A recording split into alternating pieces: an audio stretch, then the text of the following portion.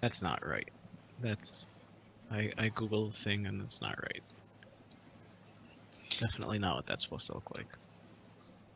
Of course, you only need those numbers if you feel like they'll be useful to you. Right. Well, it's almost just like a visual thing for me. I like to really picture what I'm doing. Actually, I have. I mean, these characters are probably a little older than they've got. There's at one point I went through and got a whole bunch of headshots of London actors. Oh. That I grab, and I teach theater in English, and one of the things I use with my acting classes is I'll bring in the headshots and have them cast off of them. This is nice because you don't already consider them to be people, but most of them are like early to mid 20s. Yeah. Mm-hmm.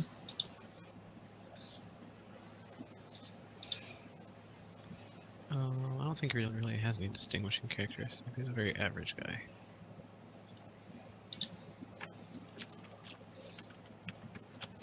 Is there anything else I need to do? Just in a moment, we'll have you introduce a little bit how you see them, and then you will add one person to your like the relationships up there, like the favorite, guru, mentor, responsibility, or protege. Right. And then another one will be for your sort of cabal, which in this case we'll just put cabal and not worry about having to come up with a specific name for us. This is a one shot. Okay. This is a person, not one of the players, right? Someone I'm coming up with right here. Oh right, I thought they had to be other player characters, don't they? Yes, yeah, one of the players. Oh, okay. Yeah, just making sure. Yeah, it's one where you can put other ones, but we're not doing a campaign. Yeah, in a campaign, the way you create them, you end up doing a small relationship map and then putting in some people, leaving a couple open. So how much, like, how do you work out the percentages for like the other characters? So what those are is where you'll say where it says like status underneath, and actually the way it is, like with isolation. For your favorite, for example, favorite underneath it says status. Now isolation has status on sort of the less hardened end and pursuit on the hardened end. So if it's the skill that's above the line, you use the grouping of percentages that's at the very top of the shock gauges. If it's the bottom one, it's the stuff on the bottom. So for example, who did I open up? The city planner. Their favorite would use status. So they've got 4 hardened notches in isolation, which means a 45% for status and a 35% for pursuit, because they always equal 80%. So then it would be, if someone's the favorite, they would go in at 45%. Okay. Is there like a macro on the sheets to roll?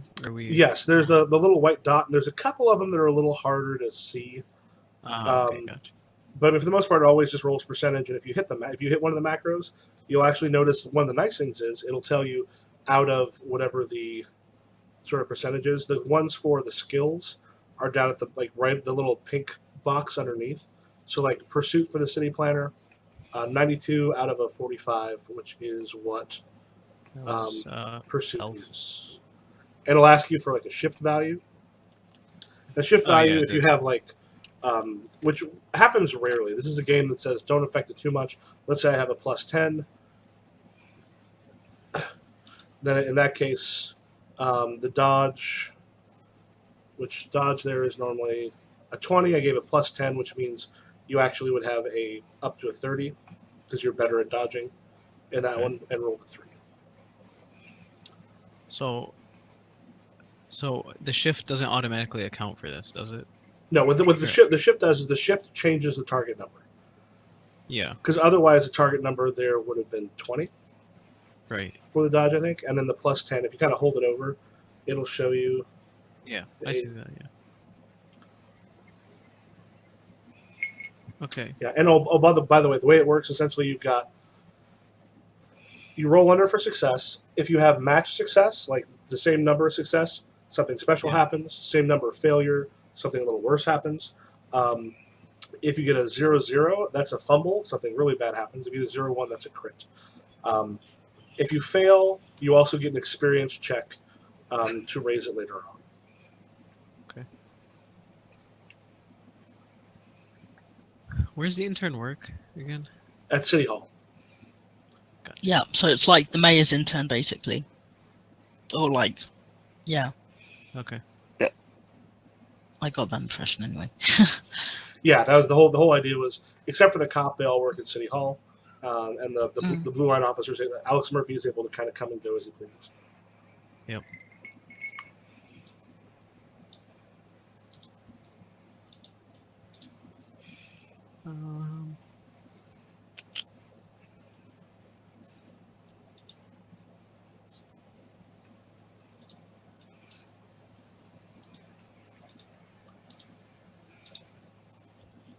So responsibility for like the connections thing. Mhm. Responsibility is like you're responsible for them, or they're responsible for you. That you're responsible for them. Okay. Like, this is the person that you have to take care of. Right. Whoops. Yeah, it's not happening. Yeah. Not exactly in the position to be taking care of the mayor. Well, maybe the mayor has some Yeah. difficulties. Yeah, would that Well, be it, foresight? does it have to be true, or could it be like your perception? Yeah, it can also be your perception, because it's one of the examples they have in the book is you can see someone as your mentor, and they could see you as their mentor. Like, you have almost like the mutual admiration society. Right. Mm. And if you also want to switch around like the passions, like the rage, noble, or fear, feel free. If there's something that kind of speaks to you as a possibility. Oh yeah. Alright. I like the I dark keep one. clicking the little white dot for where you're supposed to, on like the yellow squares where you're supposed to connect to like the other character where that bit's supposed to come through. Does that actually do anything, or is that alright? Because I think you have to have something else in there first. Oh. Yeah, what I get is like syntax error. Okay. Once you put something in the percentage, like if I put the city planner, for example, real quick, I'm just going to put a 25% mentor. So now when I roll it, it shows up. So it's probably not doing anything because you don't have a percentage in there yet, or do you? Okay. The intern doesn't have a fear. Does it need one? Oh yes, because I forgot to put one in, or the intern was also missing something else. So I think there was something that either didn't catch for whatever reason, or I for whatever reason left it out. There is a because I am missing as well. The which one? Oh no, there's one of the identities. they're supposed to be, because there's the 50% in the supernatural, 40% in, because basically the 120% on there. So you can have up to 3 Right. Okay. of the identities, or 4 if you don't have a supernatural one.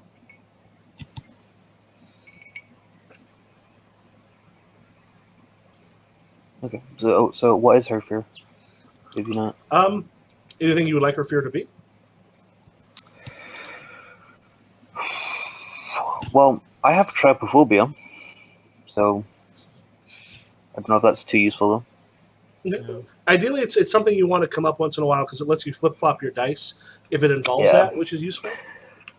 How old is the intern? Asking the player.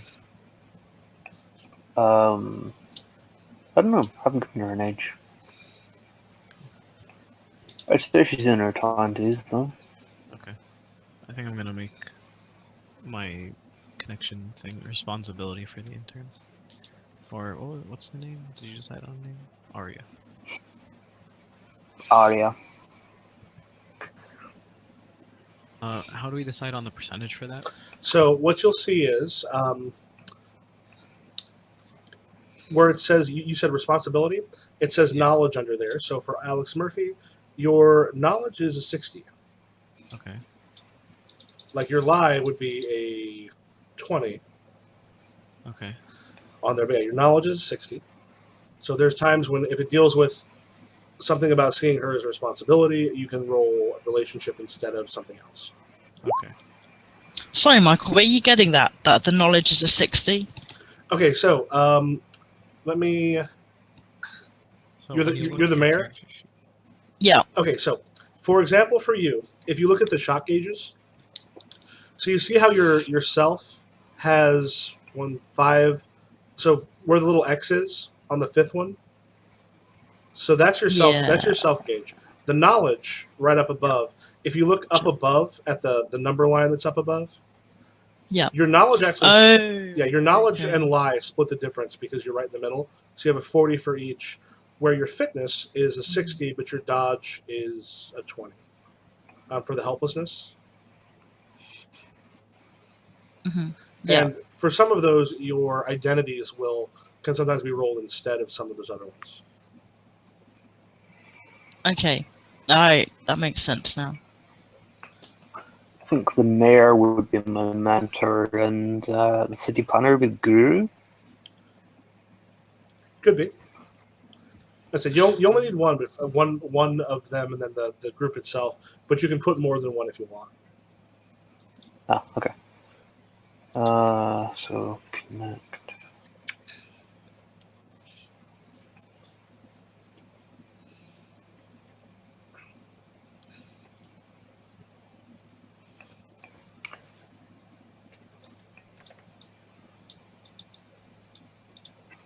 Yeah, I think Officer Murphy feels responsible for Arya in the way that like his noble says hiding the reality of the world from people. It's almost like an extension of that. Mm-hmm. In that Mhm. he feels like because like he sees her as he's a relatively older man. She's relatively young, so he sees her like a daughter figure kind of thing. He's like, oh, I need to protect her from what the world can do because I've seen the world and I know what it can do. Yeah. She's just getting involved in this whatever it is. She has the magic power as well. So I'm making the mayor my mentor. So does that mean I put the percentage in of isolation? What your connect is. So connect would be the violence. So it'll be what's on top of the violence line. Oh, okay.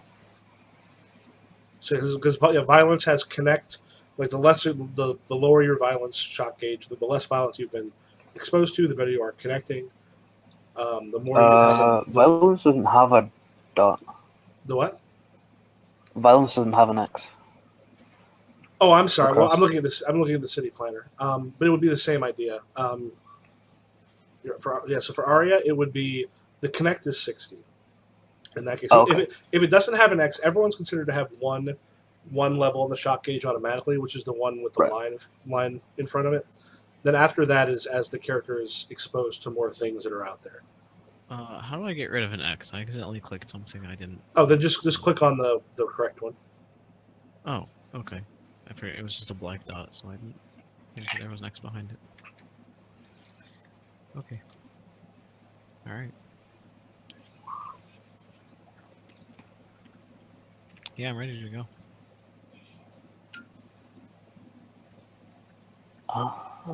Okay. I put Arya's responsibility as well. Actually, I quite I like the idea that there's like generally I have to like shield her and it just seemed too obvious to take her as a protege. Arya's like, listen, I'm on top of my shit. Stop trying to tell me what to do. Yeah. And I tried to have And her rookie policies.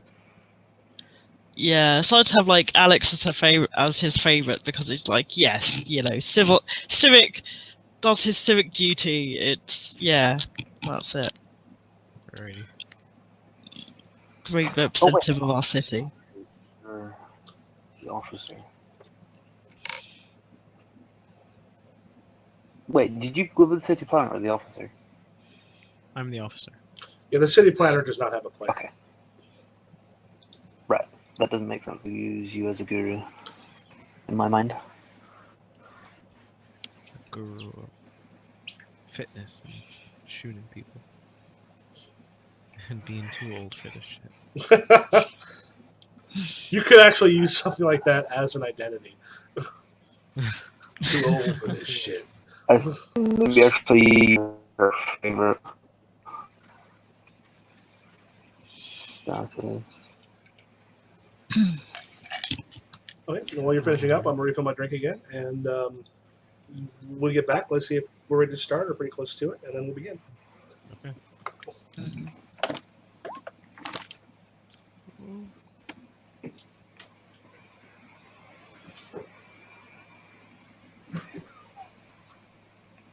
Interesting. Okay.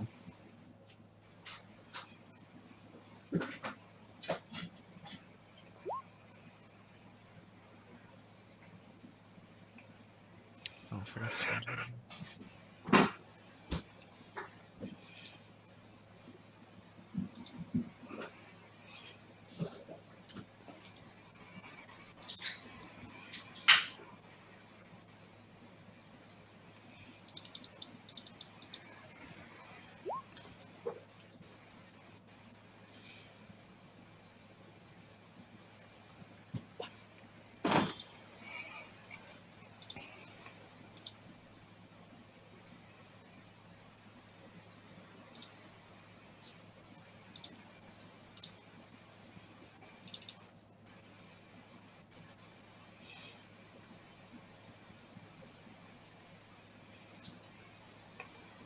Okay.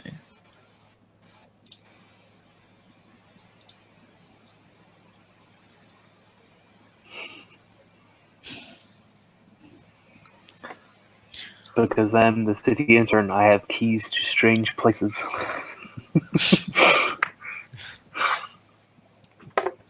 All right, I'm back. Alright. Yep. Do you mind if I could just grab a coffee, if that's all right? It's all good. Yeah, cool. I'll be back. How about she fears the dark? Cool. Is that like Yeah. too much? No, that can be work. That can be Mhm. cool. Like just a lot of people are afraid of the dark. Considering some of the stuff that she knows, that makes some sense because she's discovered there's a lot of stuff that's freaking weird out there. A lot of stuff goes bump in Yep. the night. Okay. Yeah. Except a couple years ago, that stuff that was bump in the night was your imagination. Now it could be anything. Exactly. Alright, well I'm ready to start whenever everyone is. We had one person go to get coffee. But Yeah. Where's everyone from? Michigan. We're out in Michigan. Metro Detroit. Okay. I have some family members in Detroit, but almost the rest of my family on my father's side is in Dowagiac. Never heard of it. It's it's not too far from the Indiana Michigan border. Okay. I am You're from Indiana Scotland. or From Scotland? Chicago. Yes. Are you from Chicago? I'm about 2 hours south. Okay. I actually have cousins who live in the general Chicago area. I'm not sure exactly where. Yeah, I used to teach up in North Chicago. I'm back in Champaign-Urbana, which is where I'm having this take place, Oh, which is where the university is best known for the University of Illinois. yeah. Yeah, I was about to say, I know Champaign because of the University of Illinois. And actually, it reminds me, Roger Ebert's Film Festival is here, and I'm trying to remember what. Usually I can't go because it's right after our spring break, but we had an early spring break this year. Uh-huh. When that is. Oh, hell, it's next week. So you teach high school, or? Yes, and we're trying to get my seniors graduated right now, and that's a bigger pain in the ass than it should be. Yeah.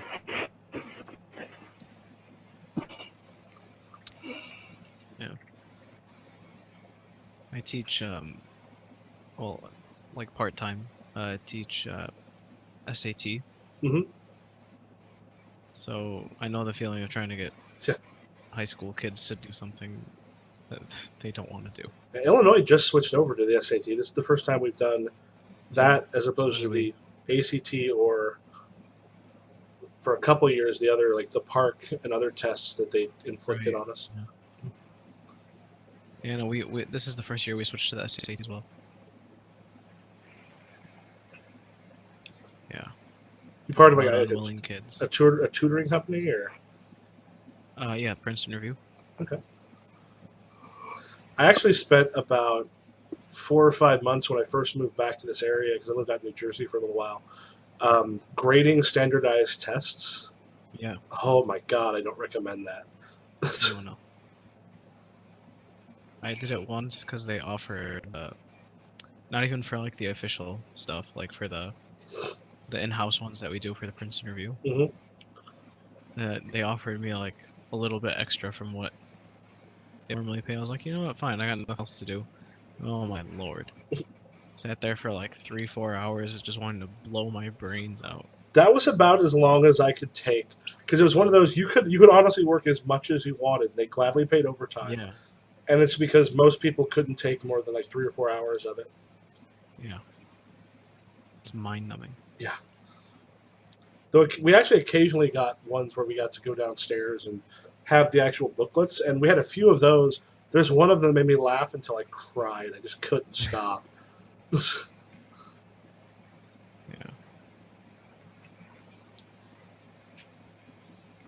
And then there's the bull, like, on the essay who just, like, put, like, two word, and you're like, really? Mm-hmm.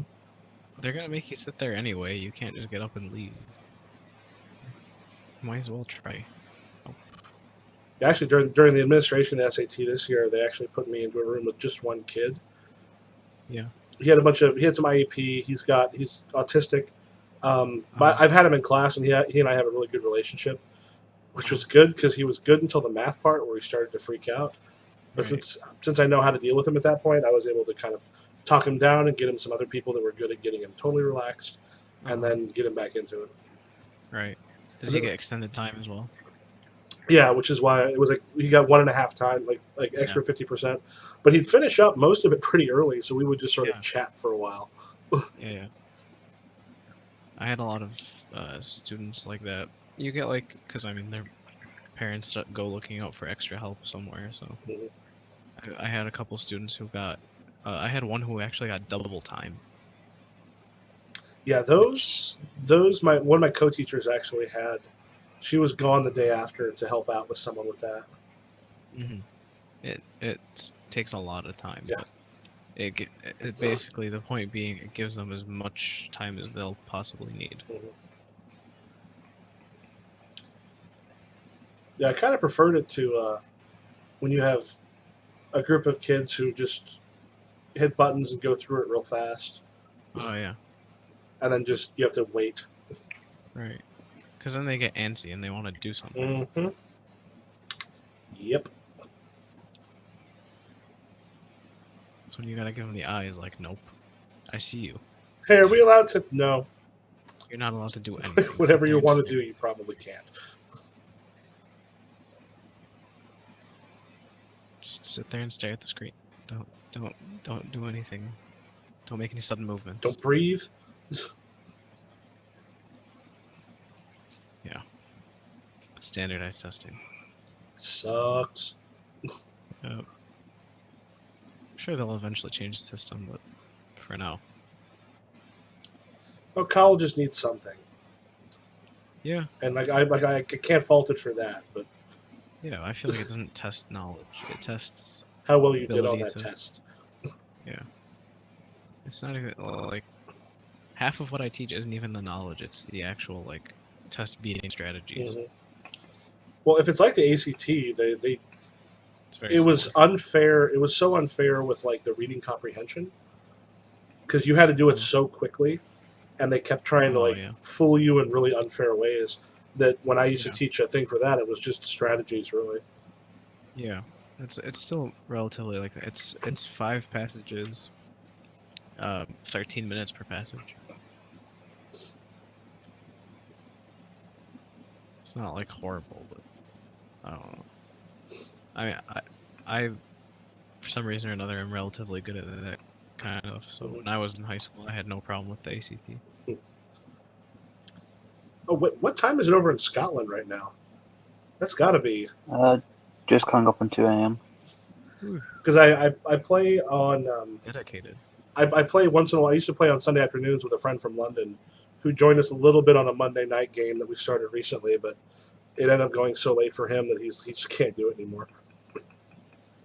Yeah, I'm unemployed, so I don't really have any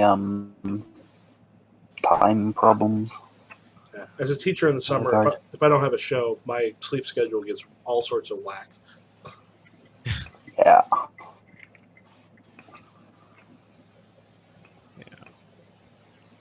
We had someone in the new Monday night game I started. We had someone, I don't know if he was like Czech Republic or something, but like we started 5 p.m. my time. By the time we ended, which was like at 9:45 or something, it was like 3 or 4 o'clock his time, or maybe later. Time zones are fun. Yep. I can't do that. Like well, I'm Eastern, not Central, so it's 9 o'clock for me. Well, I've got there's times where when I used to wait tables, I would get home at like 1 or 2 o'clock in the morning and then be up until 5. Right. But no, I can't do it. I'm too old for this shit. I do it during the summer. Like I said, if I don't have a show, if I have a show, I usually kind of go to my regular sleep period. But otherwise, I'll be up until 5 or 6 in the morning. No. Like I'm making special precautions today, even though I have class tomorrow at 8 a.m. or 8:30. But I have to be up at like 6:50 to make sure I get there on time. But we'll live with one night of bad sleep. Yeah. Well, your one night of bad sleep is probably my normal night because I usually get up at 5:30. Yeah. No. I need at least like 7 hours a night, otherwise I turn off. Oh my god, I'd kill for 7 hours a night. I force it to happen, but I'll live with one night because I barely get to play games these days, so I'll live with it. I finally started having a little bit of extra time, which isn't too often. It's been nice to try to find some one shots, but the games I tend to run, not a lot of people play. So trying to find players is sometimes a pain in the butt. Right. I can't wait till July. That's when I'll have like a shit ton of free time. I'll be able to play as many games as I want. What kind of stuff do you normally play? It really depends on. So I DM a game of Blades in the Dark right now for my friends who are very like this is their first tabletop RPG at all. So it took them a while because you know how Blades is very fiction first, and that kind, all those fancy words. It took them a while to understand that and not just be like, no, you tell me what happens. Yeah. When I tell them, no, explain to me, how are you doing this? Like, let's come on, let's make it nice. And they're like, wait, what? I don't think that's how this game works. And I was like, no, that's how that works. And then they're finally, we're like 5-6 sessions in, so they're starting to get the hang of it now. I actually ran the thing of Blades for. I directed a show called She Kills Monsters, which is about a girl whose family died when she graduated high school, and she's cleaning out her stuff when she's graduating from college, and finds a module her sister made, and so she decides to play it to get to know her sister better, to kind of figure out why she was into it. Right. And as the audience would come in each night, I actually ran a Blades in the Dark game with 4 of the actors from the show, which was a lot of fun. Not taken hugely seriously on that particular game, but a lot of fun. Yeah, and this group of like we've nicknamed the quote unquote show, like group name thing. It's Always Sunny in Duskwall. Because they're so much like the It's Always Sunny cast. Like I've actually picked one of their friends. You know how everyone gets to pick a friend. I picked one of their friends. He's gonna become kind of like the Rickety Cricket of the group. And every time he comes back, he's just gonna be more progressively worse. Like they've affected his life negatively in some way or another every time they see him. Yeah, they're a very jokey group, but whatever works for him. Hi, back. Sorry for taking my time. Okay. Cool. Are we all ready? Yep. Yeah. Let's get this shit started. Okay. So, so this is taking place in Champaign-Urbana, best known for the University of Illinois. In this version of it, the U of I has a little bit more sort of part of the undergraduate library has some paranormal stuff, like a section that most people don't have availability to, which is one of the things that brought Aria here. And Richie, you've been mayor for a couple turns. at this point, kind of know everybody. Sort of like our old mayor here, you actually have showed up on like an MTV rock credibility list. Yeah. But someone who kind of knows a little bit of everybody around here. Alex, it's your day off, and this happens every once in a while. You get a phone call that basically says, this is something you should come and see. And that's normally not a good thing. And we'll skip a little bit and say you kind of called in the group to bring him there. All right. Because from what you're told on the phone, it has to do with some of the local drug trafficking, and things have gotten weird with the drug trafficking lately. And both Arya and Richie have been like hip deep in it lately. The gangs here are more like neighborhood gangs. You don't have gigantic organized crime. You have small crews, some of which are tied into people either in Chicago or St. Louis. But people have been killed recently, and like the murderers have, the people that killed them don't have any records, and they don't have any, like, from everything you can tell, they don't have ties to that world. They may have histories of drug addiction, but it's been very strange because like the wrong people to kill people have been killing the people you tend to expect to kill people. Okay. Right. So gang members have been dying, but druggies have been almost as like assassinated. It's been extremely strange, and there's citizens groups are all up in arms because the violence has become out of just like the hands of the people that they thought are most likely into that of other people. Right. So there is just a little bit outside of town, there is essentially one of those, I'm trying to think of the right kind of name for it, like this, you rent a storage shed, and there's like a ton of big sheds there, and some of them are really small, some of them are fairly large. There's about 4 of them that have been rented out by someone that gunshots were heard in that area, and when they went there, they found a bunch of bodies. Okay. And beyond the bodies, Alex, what you find out is they've taken one person in for questioning, the only survivor, someone who had run and was found cowering not too far from it. When the 4 of you arrive, or the 3 of you arrive, there are the regular police in the area, and one of the guys kind of looks at you and goes, dude, I don't even know what the fuck's going on here. Okay. As you go in, you see that there are several bodies on the floor which look like they have been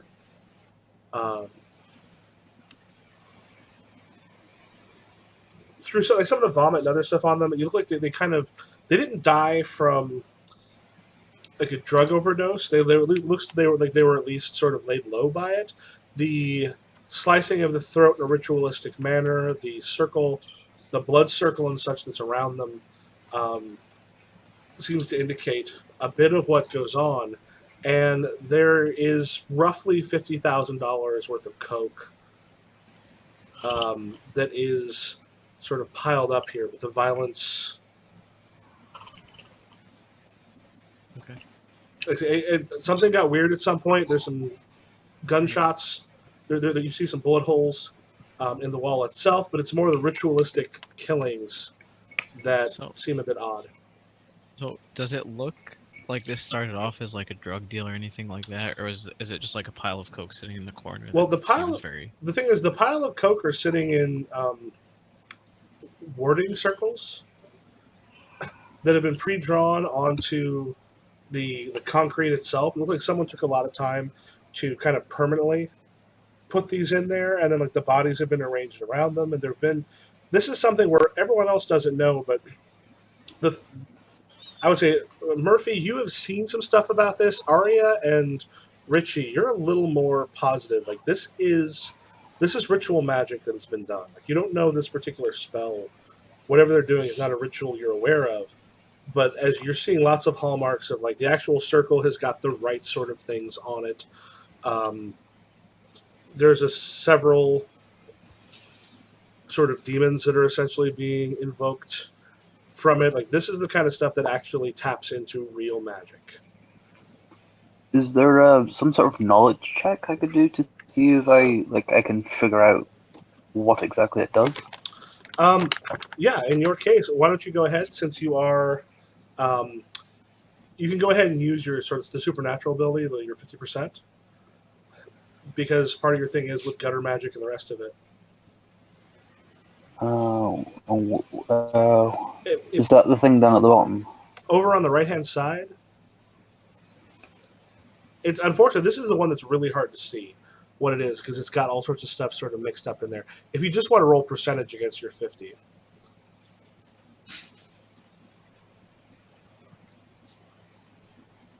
Okay. So, Arya, you look it over. You've seen some of this stuff because you've been doing a lot of studying. It's difficult to tell exactly what it's for because this is not, I mean, to actually know a ritual, you have to know all the stuff about it. But what it is, it's focusing a good deal of energy inside of the circle, and inside of the circle is where the drugs are kept. So, like, the drugs are there, and like the coke is there in a bunch of packets, in like bricks rather. And so, whatever happened here with the death of people, like, it pulled in the energy and it manifested it inside the circle. It could be pulling in like a spirit or a demon or something, but the thing in the middle is the coke, which is not usually what you give as an offering to most creatures. So this might be doing something with the coke itself.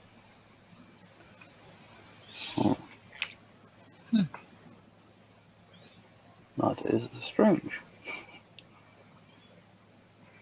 Are there other officers around and whatnot? Yeah, there's a couple at this point because it's one of those weird things. They know that because Alex, you have a reputation as being just the dude who knows this shit.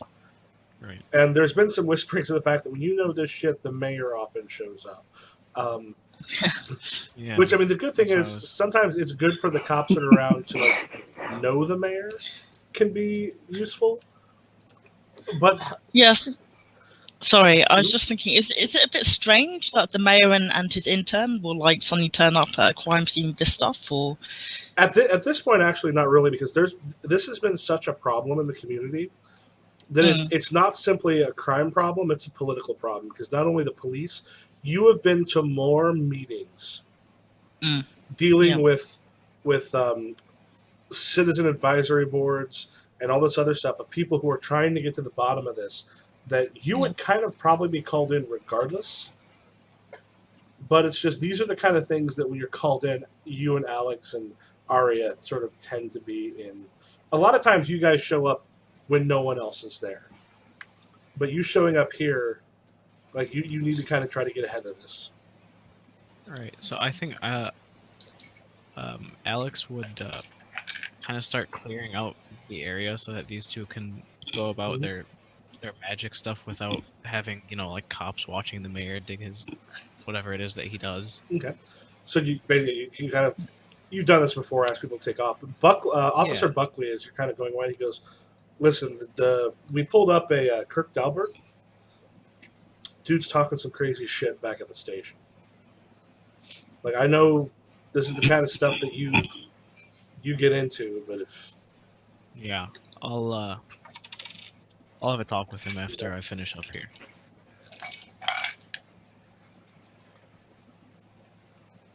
All right, and then he just kind of keeps ushering people out and turns back and he's like, "All right, it's up to you two. This is past my knowledge."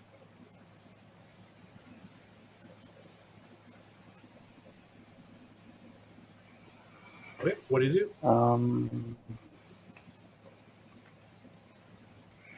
What does the obsession actually do, by the way? Because, unless I'm mistaken, I have just found magic. So, does something happen? What the obsession does is the obsession, if you're avatar or adept, your obsession ties directly into that. Otherwise, your obsession is the thing. Like, her thing is she wants to discover more about magic. She came to the U of I because of the undergraduate magic library that is sort of the hidden thing they don't talk about. That if you kind of know the right people, you can kind of get access to. So your thing is when it comes to something about magic, what you're able to do with like Rage, Noble, or Fear, once per session, you can use that to flip flop your dice if it fits. Obsession, you can Okay. use it on any roll. That if it's about finding the magic, you can flip flop what you roll. Gotcha. I forgot to ask, Okay. by the way. Can you choose flip flop after? Yes. Okay. Yeah, there's no reason to flip flop before. Yeah, I was gonna say I feel like it's kind of a scary thing. Yeah, no, yeah. So that's afterwards. You can flip So- flop if it'll. I just made. Okay. That roll I just made, does that mean I could have made it a 0-4 versus Yes, which in this case wouldn't have made too much of a difference. I mean, if you hit a critical, like if you rolled a 10 and made it a 0-1, that would have done a lot more. Right. But Cool. Okay. because Okay. the Just kind of making way sure I understand. it's a quirk of the system. A 0-1 is like the best you can roll, but beyond that, like a lot of times, the closer you can roll to your percentage, the better off you are. Like in combat, that's definitely true because that ends up being damage. Has to do with damage. Oh, and by the way, like the way like you have, if we get into combat, which I'll grant is probably not, it's a possibility, but not likely.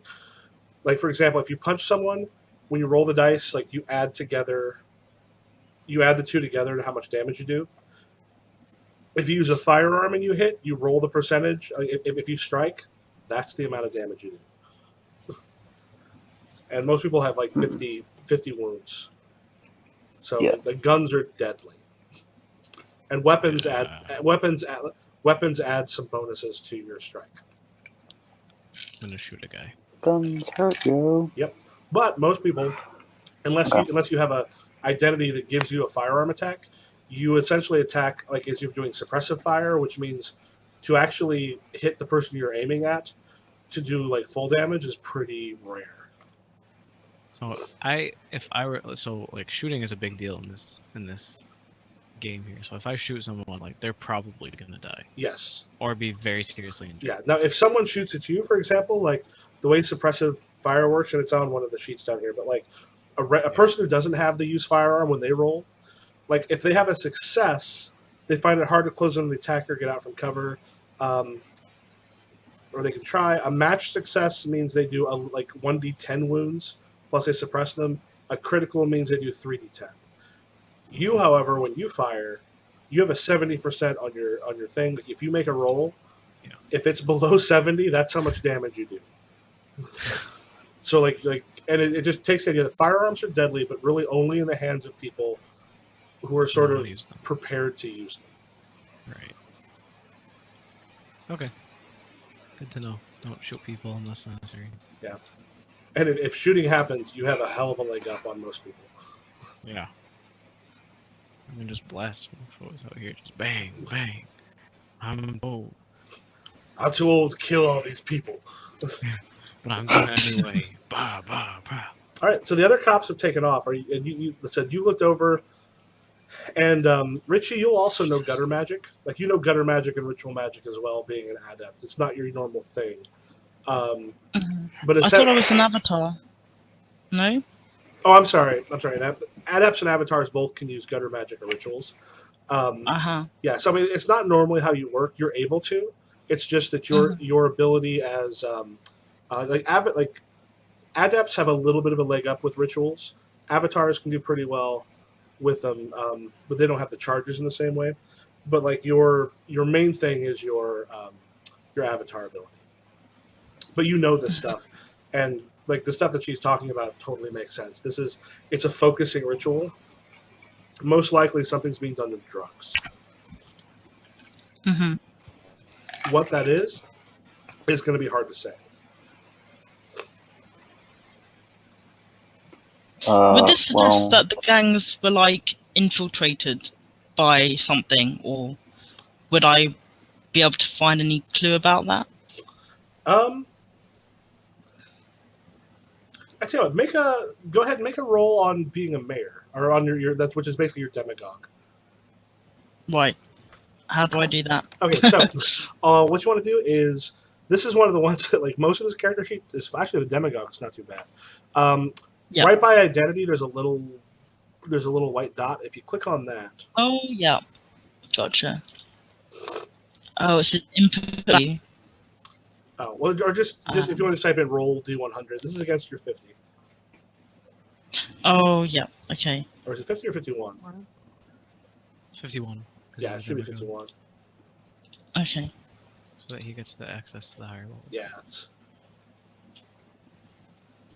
Nice. Okay, so yeah, basically, like, Okay. you're thinking of the people you've talked to, because you've talked to a lot of people about problems with the gangs and just the strangeness of the fact that this stuff is affecting people that are normally not part of the problem.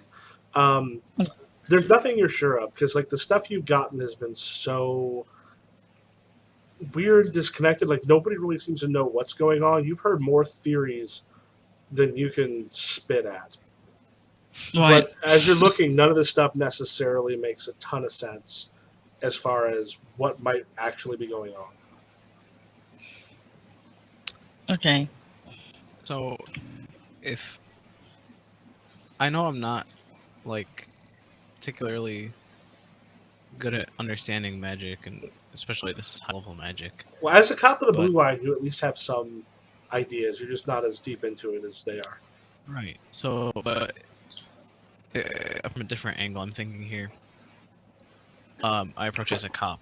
As, do I see anything that I've seen before? Are there any MOs here that? Go ahead and make your Yeah, roll like- roll as a cop. So that's against a 70. Mm-hmm. I think I pressed the right thing. The little white Oh, button it, next sa- to it it. says shift. Do I have any shift? Oh, no shift. Most of the time you won't. Okay, 22. Okay, so that's a match success. Which match success always means that there's something a little special happens. You recognize one of the guys. One of the guys who's been sacrificed here. Right. Most of the time when you've seen these, it's been the regular sort of drug addicts. One of these is a college kid who's actually been doing fairly well. That you pulled in for a coke possession. Probably 8 or 9 months ago, and this is something where the kid sort of had enough pull with a father from Chicago who was pretty well off that it's one of those things that disappeared. Affluenza. Yeah. But this kid ended up getting away from it, and now he's here dead. So this kid should not be in what was a gang level drug deal, because this is too much coke for like an individual person to buy. Right. And from what I know about him, if anything, it was just kind of like a party thing for him. Yeah, I mean, he was just like a frat kid who It's a did college some coke. kid, you know. Like it's one of those things that like, He wants to be cool. yeah, you may feel one way or the other about it, but it doesn't necessarily mean the kid's gonna do Right. other crime. He's got the money Like, that he he could just buy. wasn't a hardcore addict. Yeah. Or if he was, he could afford it without destroying his life or others. Well, at least others' lives. Right. Hmm. Okay. So I recognize him. I would know his name and whatnot. Yeah, you're able to pull up. Right. So I guess I have my little notepad that I write in when I'm at the crime scene. So Mhm. I jot down his name. Yeah, Bryce Devon. Bryce Devon. Yeah, Bryce, and he's got a rich father somewhere up in Chicago. Okay. Yeah, I think I jot his name down and brief description of what I can see in his area of the sacrifice, I Mhm. guess. Throat's been cut left to right. The blood has been sort of pooled into part of the circle. Yeah, I just kind of he's writing this down. Like he looks up. He's pretty unaffected by this kind of stuff. Mm-hmm. So I you know, mean, he shakes his head a little bit, maybe, but like other than that, you don't really see any like visceral reaction from him. yeah. Flips the page back, says, "I'll look into this later when I get back to the city." Yeah. I asked Gas what he's seen, just so that I know as well. Yeah, I mean, Alex explains to him, you know, Yeah. I picked this kid up for a co-possession the other night. And here he is dead in the middle of it. I have no idea what this is, but experience. Is there no way we can like sense magic traces from the drugs then? Because obviously it looks like all this magic is being concentrated on that. It's one of those things. It would take a little bit to kind of work with it. Like you're pretty sure there's probably some magic there. The only problem is knowing what it does is going to be nearly impossible until you track down what the hell the ritual is. Oh, okay. Okay, yeah. So yeah, I let Alex know that. Is there any way for I the... did. Sorry. So I was just saying, let Alex know. Is It's there probably a any way good for idea to look into it. Okay. Yeah, I was just going to say, is there any way for police officer to like track where the drugs? To do what with the drugs? Like track where they came from, like whose drugs is it? Who made it? Your thing is you're gonna have to track down who was here before. They said there's some gunshots in here, so whatever they were doing here, some other people showed up. Right. And that's if there's other people trying to figure out who was here beforehand. And like there's forensic teams coming to check that stuff out.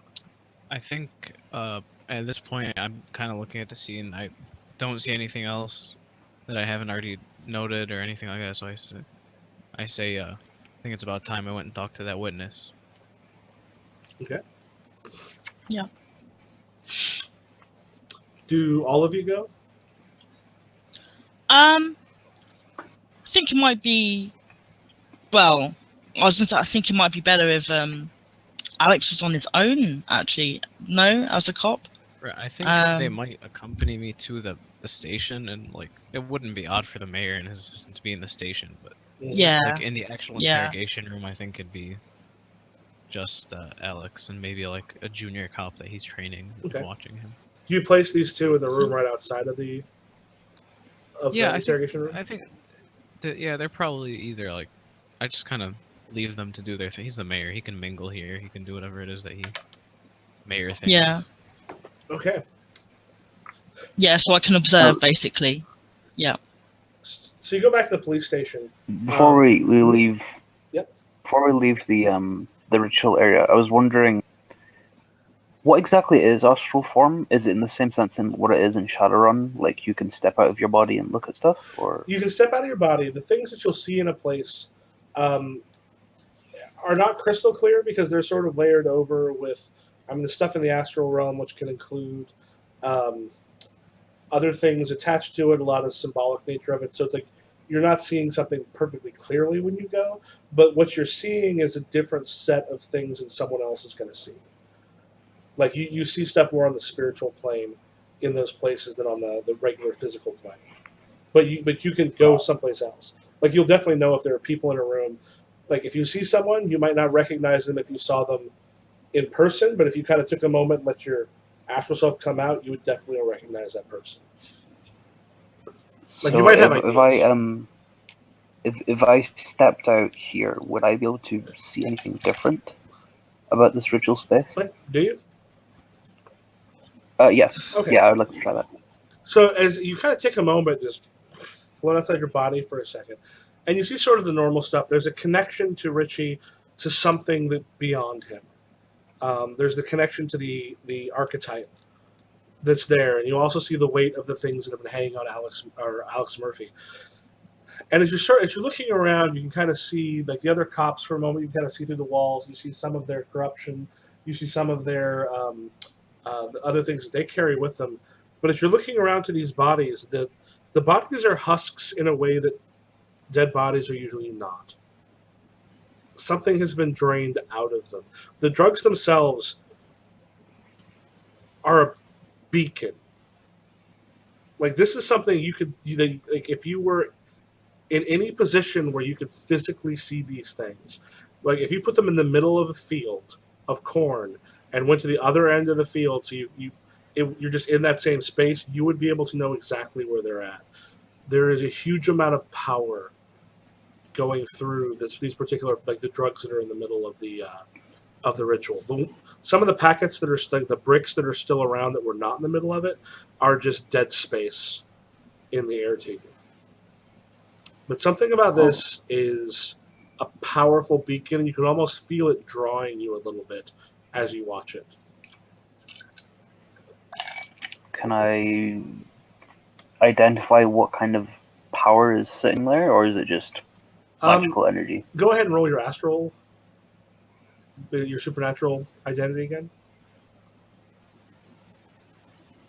Okay, so there's a moment as you start to come towards it.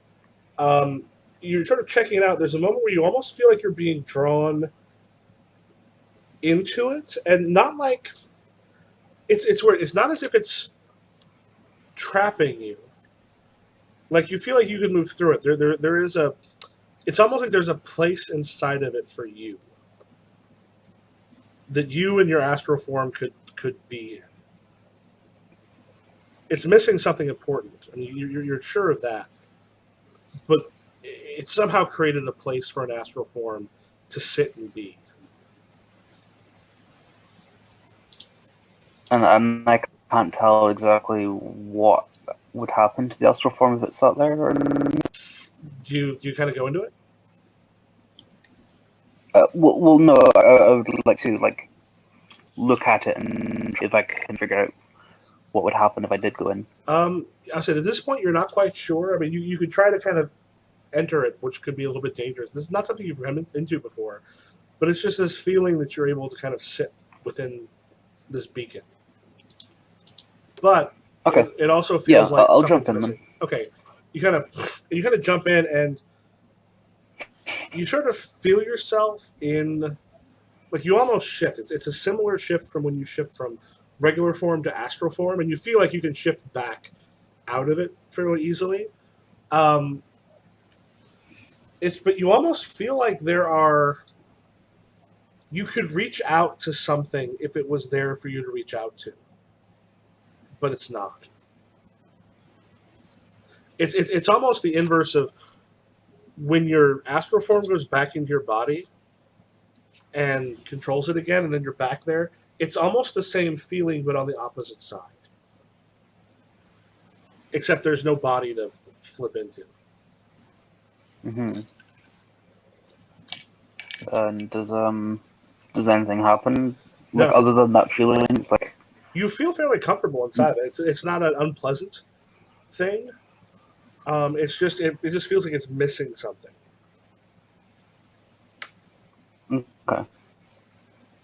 Okay. Yeah, I'll step back out and fill the guys in on what exactly just happened. Okay. Because that's some weird shit. I felt comfortable sitting inside some drugs. Yeah, I mean, just keep working on that and let us know if anything else changes. Well, suddenly I'm spending a lot more money than I used to.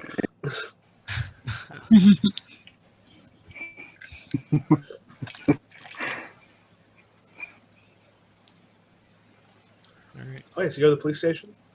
Yeah, Yeah. anyone else? Okay, so if the two of you are in the observation room or sort of part there, you kind of come in. This guy Kurt is sitting there, and he's got a 1,000-yard stare of like a combat veteran on him right now. He's got blood that's on his chest. It's not his. His shirt's doused in it. He himself has almost like a handprint, like he's taken blood and just smeared it across his face. You can kind of see the fingers sort of trailing, and he's just sort of, again, looking into the middle distance. Okay. And when you kind of come in, he looks up, and he sees you, but he's almost looking... I mean, he sees you, but his focus seems to be elsewhere. Okay.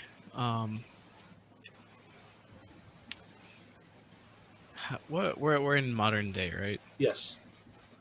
Like you are in today, Okay. April 13th. Kirk, you kind of looked over. Kirk he's a gang member of one of the small neighborhood gangs. He has a rap sheet. Most of it's there's a lot of stuff before he was 18. The dude's 20 years old now. He got picked up on possession a couple times. He hasn't been, they usually have the under 18s doing the trafficking because they don't go in for as long.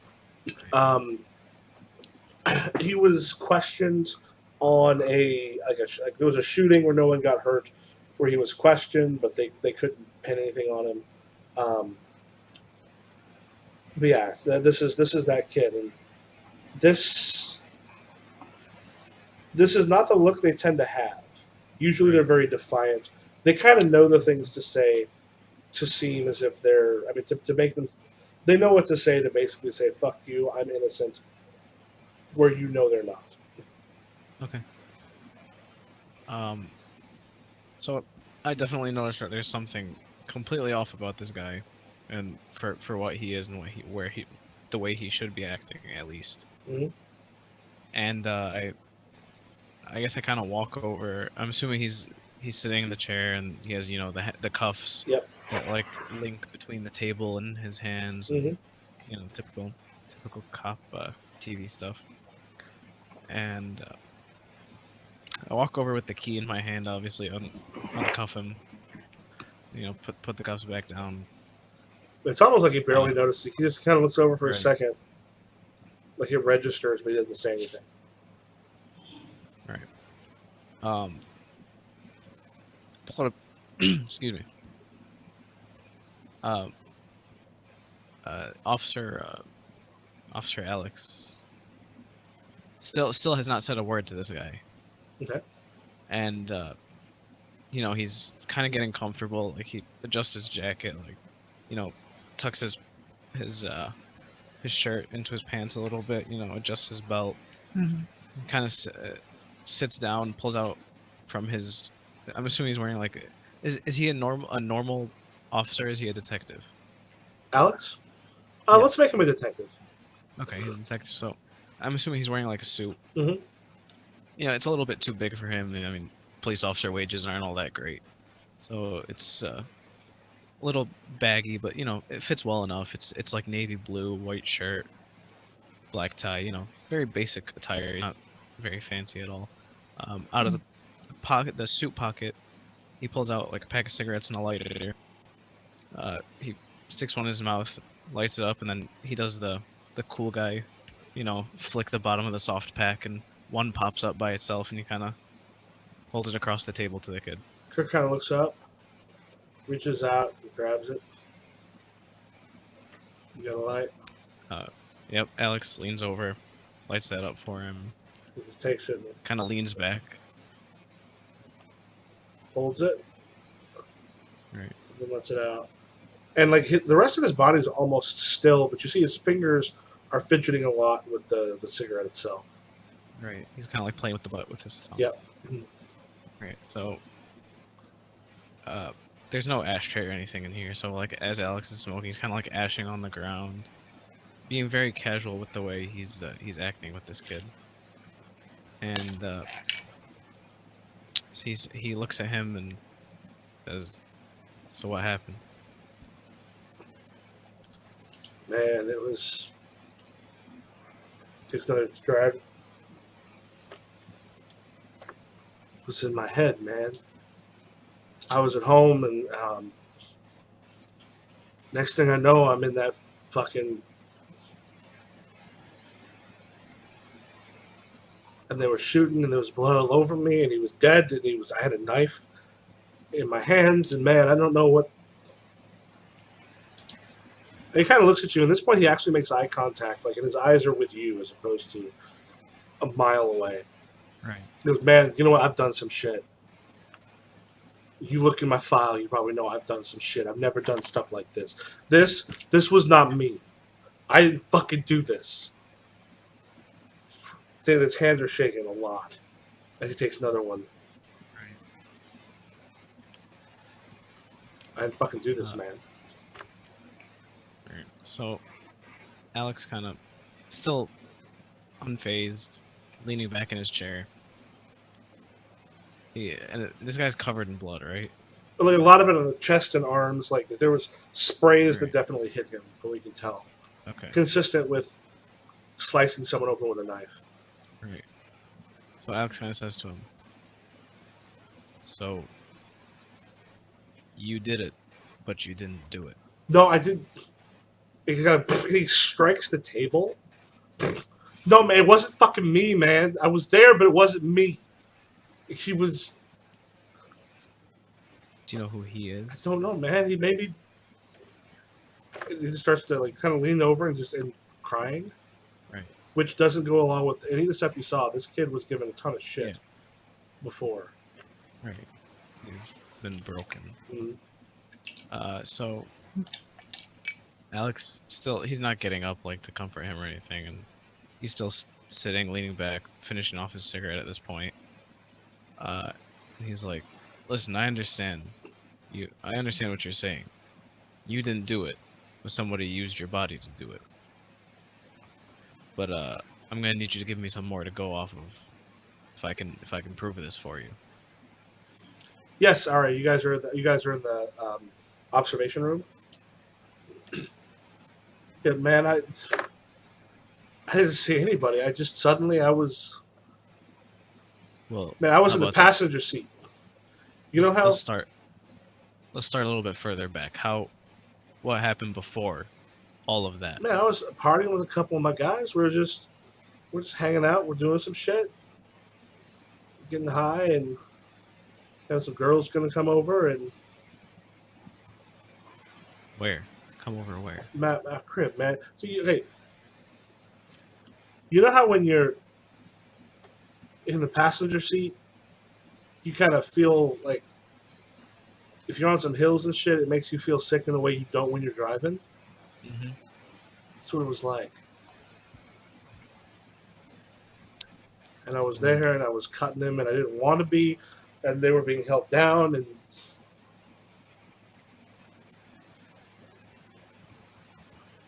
So was everyone there your friends? there's a moment where he just snaps for a second and his eyes sort of shift. And he looks at you and then leans back, Uh-huh. takes a really like a drag. Uh-huh. What's your name, officer?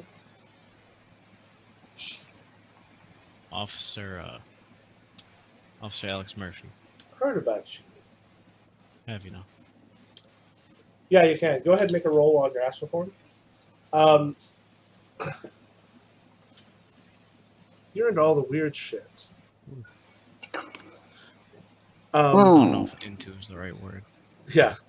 So as you kind of go out, there's like you're able to kind of pop out, but what you see, there's like a storm around this guy in his astral form. There's something surrounding him. It's clearly something designed to hide whatever's there, but like the what's coming out is just different of this guy now. Right. Let me tell you what I can give you, That's Detective Murphy. You tired of people killing each other here in little town? bit. Yeah. People are going to use drugs, right? You ain't going to change that. Probably not. Cool. All you have to do, look the other way a couple more times. It's almost taken care of. Kurt, this guy, there ain't much left of him. Yeah, I could see that. But You soon, didn't leave much. everything you want in this town, all the death and all of the collateral damage and all the people whose lives have been destroyed, well, that's going to go away, and we're going to see a kinder, gentler side of, well, vice in this city, and all you have to do is let it happen. No. See, that's where you're wrong. Is you don't tell me what I let happen, what I don't let happen. And you don't tell me that you're going to do something in my city without me telling you that it's all right. Do you understand me? Kirk I don't care what you Kirk you stands up at this point, takes a drag, and he takes it, turns around the cigarette, and just presses it into the center of his forehead and rolls it a bit. Right. And then in the wound. I tell you what, he kind of walks over towards the mirror. Mm-hmm.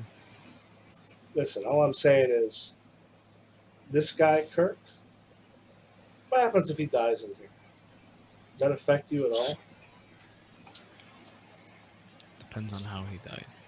His head goes back and smashes it into the window as hard as he can, and that let's say the double-sided mirror is. I don't know if those things have got like bulletproof or whatever. We're going to assume they do. Like it's strong. He's not going to break through it. No. But he kind of hits him, and there's blood just sort of streaming down his face, and brings it back again. And, As he goes to bring it back again, I want to like grab the back of his head, like grab by the hair on the back of his head and like pull his head back. okay, go ahead and roll for your cop. Alrighty.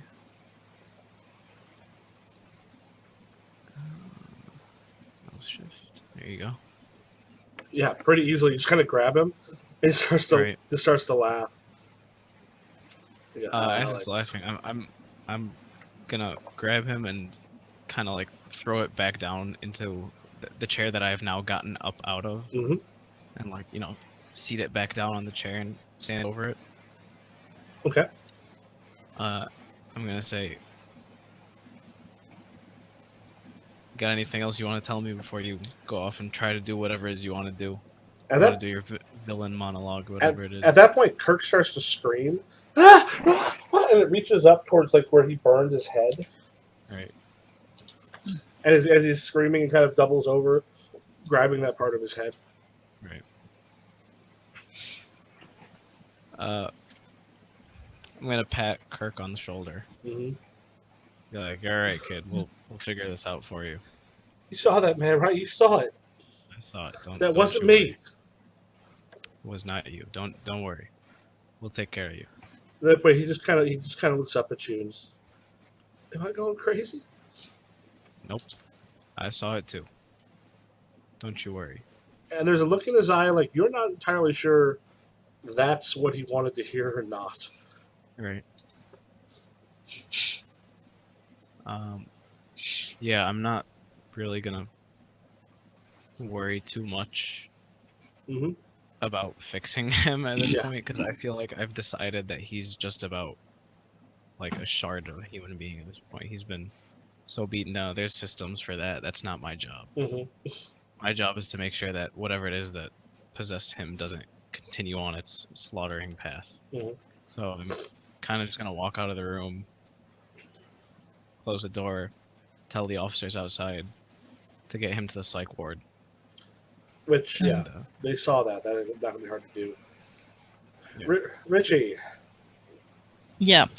you have already gotten the first bunch of texts from some of the people that you know in like local community action groups and the things of violence. Like people have been arrested. And there's people who want to know what's happening and what you're going to do about it. Yeah. I text back, this is top priority now for the mayor, for the mayor's office.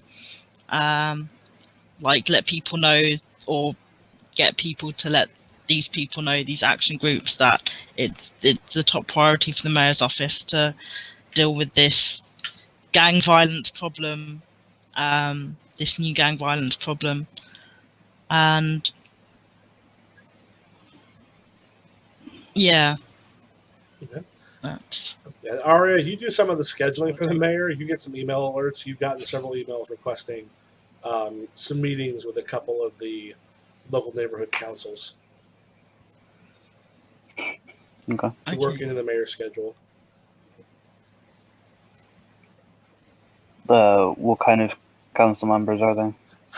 These are some of the neighborhood councils that are in particularly the places where they see sort of the most crime and violence. It doesn't take long to do a quick check to see. One of these is from like the area where Kirk is. One thing you find out fairly quickly, the gang members that were there are from different neighborhood gangs. Most of them are dead at this point because there was some gunfire. Kirk was taken in alive, but Kirk is not part of the same gang as a few of the other people who were taken. That doesn't happen because the ones that were killed seem to be part of. They have blood on them similar to the way that Kirk did. Yeah. And there's a random college kid there as well, so... Okay. Well, I assume I would do the appropriate stuff with the council members fitting it in for her schedule, his schedule. Okay, so you get that schedule. Yeah.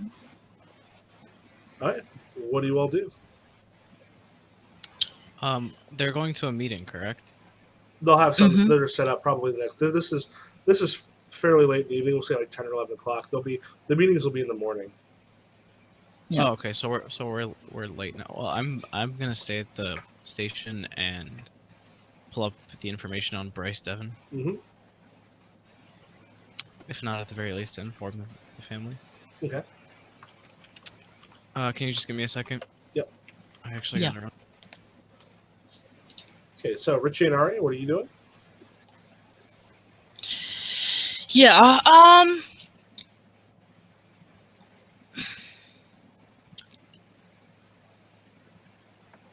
so I have to ask a general question about the setting again. Is it, do a lot of people know that this is ritual magic?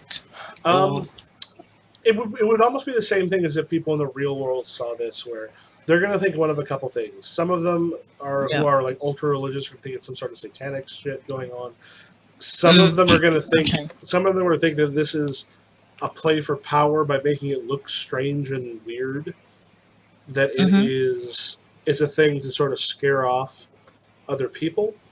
The amount of people who are going to know that what they did has actual magical power are very, very, very... Basically, probably no one who it's saw real it. world, pretty much. Yeah. Like, Yeah. outside of Alex Murphy, everyone else would think this is just weird shit. You guys will know. There's a few other people in town that you're aware of, and there'll be, of course, some who you're unaware of, but... Mm-hmm. Okay.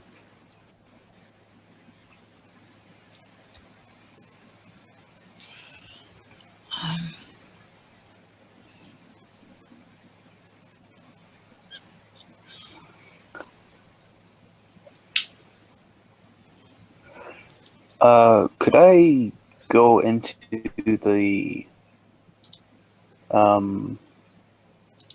you said there was, like, not a library per se, but...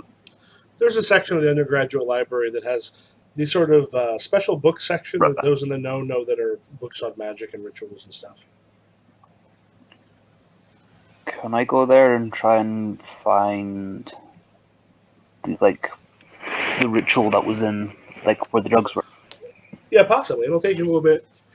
You head to the undergraduate? Okay. So you head up to the library. Richie, are you heading like home to wait for the morning, or are you doing something else? I was actually kind of wondering if Arya could trace anything, like in the room where the where Kirk just was, like in the interrogation room. But how so? Like, you see, there's like a storm. Like, when she was in astral form, she saw like a storm around him. Mm-hmm. Like, maybe there's like magical traces from somewhere else as well. Or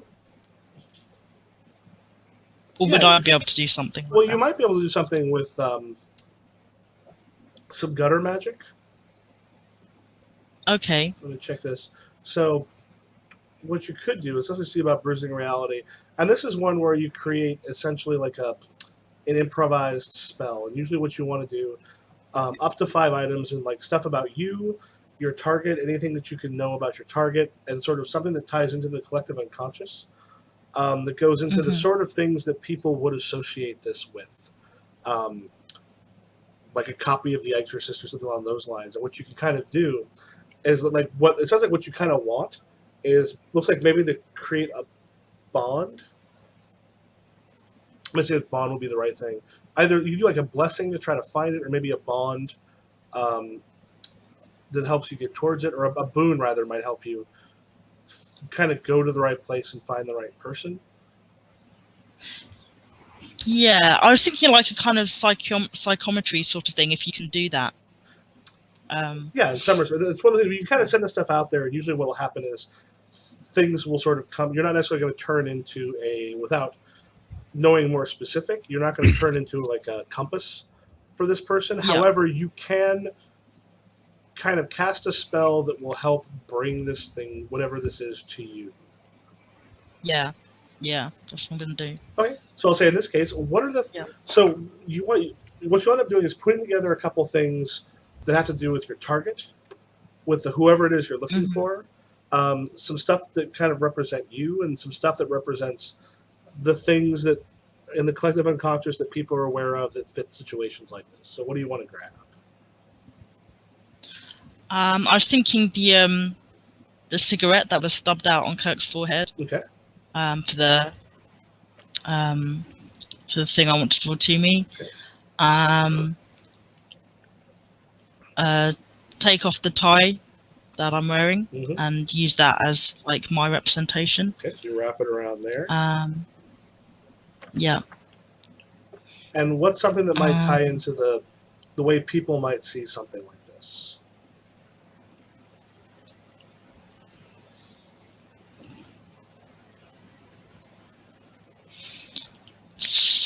Bit of a long shot, maybe a piece of the glass from the mirror.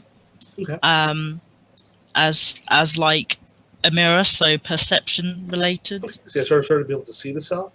Okay, so you put those you put those together, kind of pull out your lighter and light them, and you put your hands over them. You know this you'll feel a little bit of pain, but it's not actually going to burn your hands.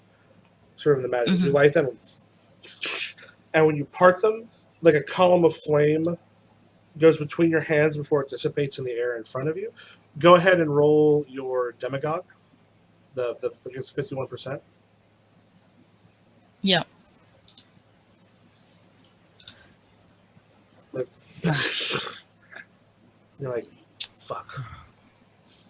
Yeah. You're pretty sure in this case it didn't work. Yeah. Like it perhaps wasn't enough, or whoever was there was sort of shielded enough. Like your hands kind of burn your hands a tiny bit, not enough to do much of anything, but just they're a little sore at this point. Whatever it is protected by some magic. You're positive of that now. Yeah. Okay. Right. I guess it's time then for tomorrow. Prepare for the meetings tomorrow. Okay. I know what Alex and Arya are doing, so yeah. Okay. So do you like go back to Crash while Arya goes to look for stuff in the undergraduate? Oh yeah, the other thing was since find gigs and drugs connected with bands and managers. I mean, that's really not going to help because obviously that's like at the point of purchase after like removed, like after several connections from like the gang members. They will at least know who's selling, and the thing is that kid Bryce is not the kind of guy that's going to buy from the standard sort of gang stuff. Like you might be able to track it down that way. Like you don't know if he was part of the scene or if he went. There's a decent chance that someone you know knows someone who knows this kid. Mm-hmm. Okay. So maybe I can work my own angle while Alex is doing his research. Okay. Yeah, Yeah. Sorry. I'm working. Yeah, I'm working the Bryce angle at least to try to track back, at the very least, who he bought from and find the connection between him and the situation with. Okay. I'm sorry, I forgot his name. With Kirk. Kirk, that's one. Okay. Okay, so in that case, in Arya, you're going to the undergraduate library to kind of do some research, see what you can find.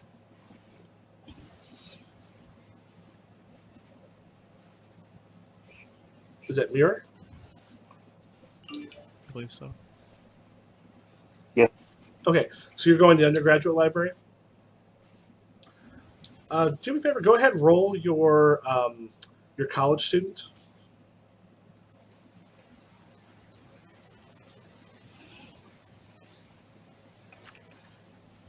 Okay.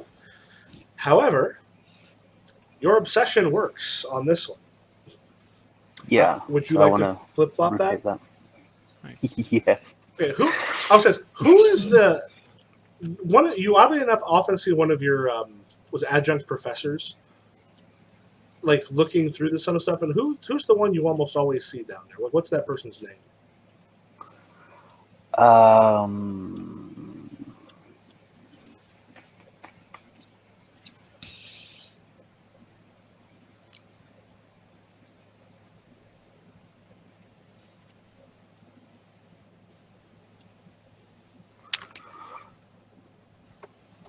Lydia something. I don't know her last name.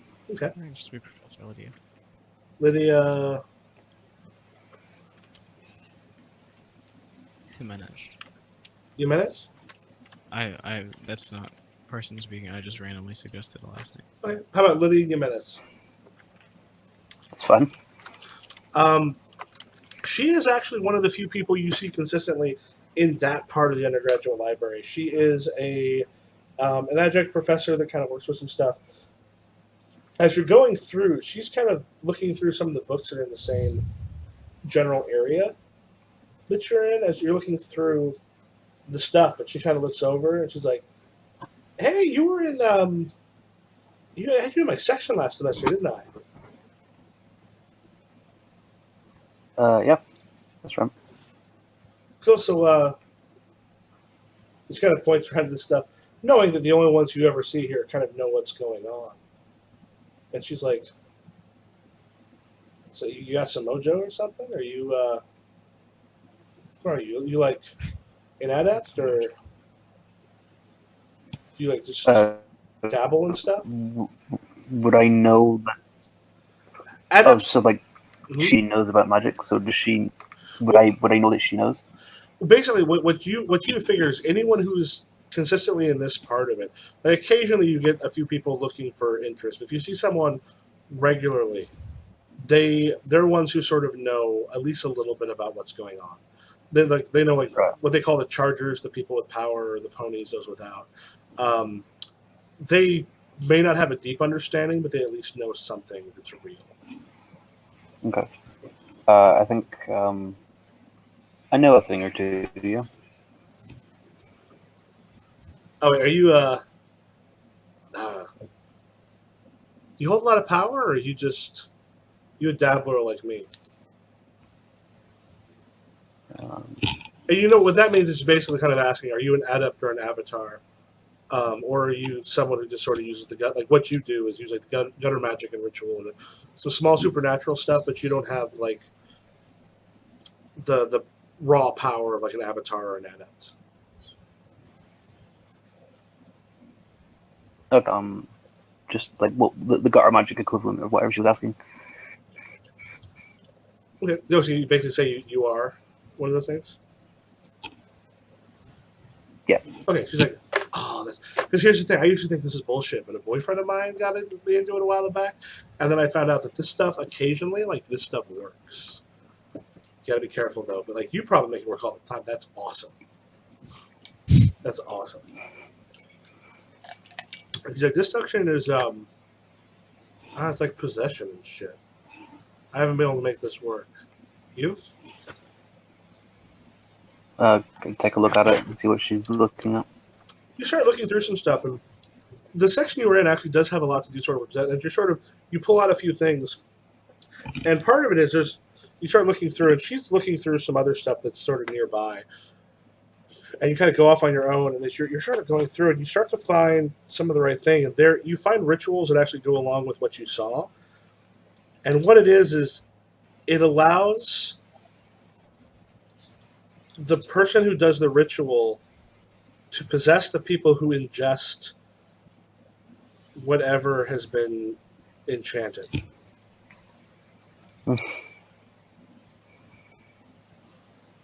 Okay. And it's not too long before you realize whatever that circle was so whoever takes the drugs can be possessed by the person who did it. Yeah. Okay. I think I would immediately call Alex to let him know that that's the thing. The drugs, so to make sure that nobody takes any. directly within my control. But yeah, I think given that information, I would push harder into the angle that I was going with to try to track back the drugs. Okay. And maybe I'll eventually find the one. Okay. And Richie, we're also trying to track those down a little bit. Yeah. If I can. What's the name of your old drummer who's now a cokehead? Max. Max. Kerrigan. There you go. Okay. So Corrigan? Yeah. It's always the Okay. Yeah, Corrigan. It's Corrigan. Billy Corrigan's second cousin. Billy Corrigan, yeah. Yeah, so there's a point where, like, here's the thing is, you know that Max not only is a cokehead, Max has actually been still playing some bands here and there, but has been sticking around the campus for a few reasons. One, just kind of score some shit here and there. He's also still chasing younger women than he should be. Which Yeah. is how he is. He's going after like 20, 21-year-olds. But if someone's Yeah. going to know, it's probably going to be Max. If you want to go ahead and make your a roll on your... We're actually going to wait a bit. When you see Max's, it's kind of late. Or at this point, he's just got out of a gig Okay. downtown at the Canopy Club. A lot of college students around. They played with a bunch of the local bands. They're just a bit better. So they play in the college bands bring their friends who like scream for them and they get drunk and stuff and just hang out and then see the sort of better local band. Maxie's like, hey, Richie, Mayor Richie. Hey, man. Max. It's yeah, it's nice. It's nice to see you. It's good to see Yeah. you. You should come up and play with us, man. It's been a while. Yeah, maybe sometime when I'm not snowed under with these meetings. Oh, shit, man. You know what? You become... I mean, it's been a little while since I've seen you, but, man. You stressed out. You need a little pick-me-up? Oh, it's not me I'm thinking of so much.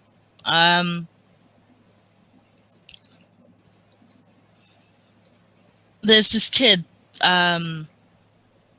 who's been having some fun of his own. I know you've seen him around. Bryce? Go ahead. Sorry, what's the name? Whoops, wrong page. Bryce Devon. Go ahead and make a roll on your what old drug or the retired rock star. Yeah.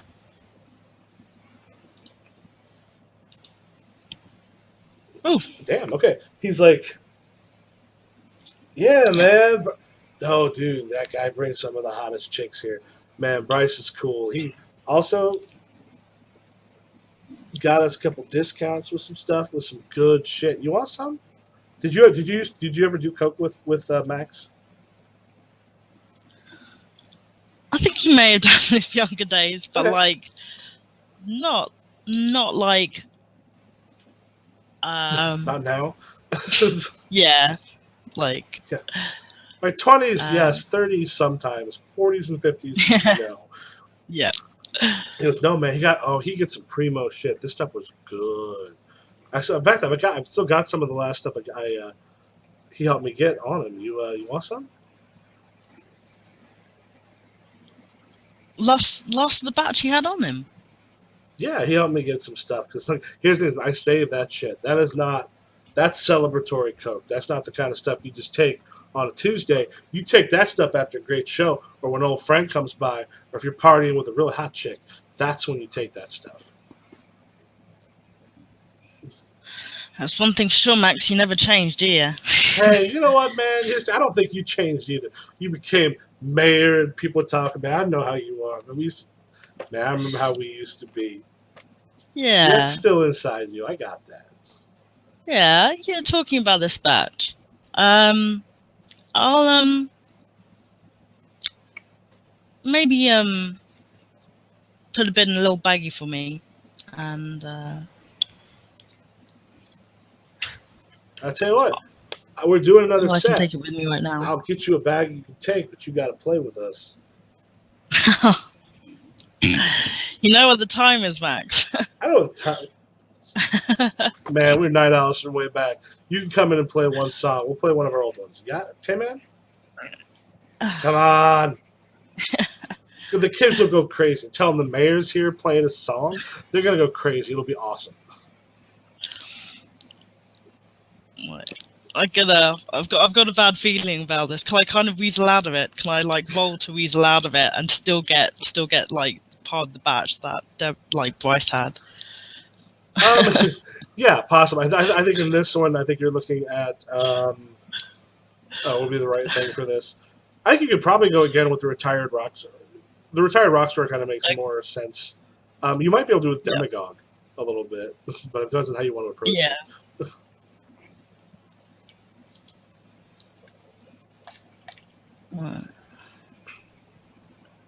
Is it demagogue or roll, or does he just know? The what? Like it's a roll. Just like, okay. Yeah, there are certain things we'll be able to pick up. It's just that it also tells you sort of what things you can. Right. Okay. The point is like, listen, man, I can't just give you Coke if you're not gonna hang out and play. You know how it is. Get your ass up here, play with us, and we'll get some Coke, man. It'll be great. One song. Okay. One song. Do me a I'm favor. so dead. I'm so dead. Just real quick, roll your retired rock star again. We'll see how well you do. See how well he plays.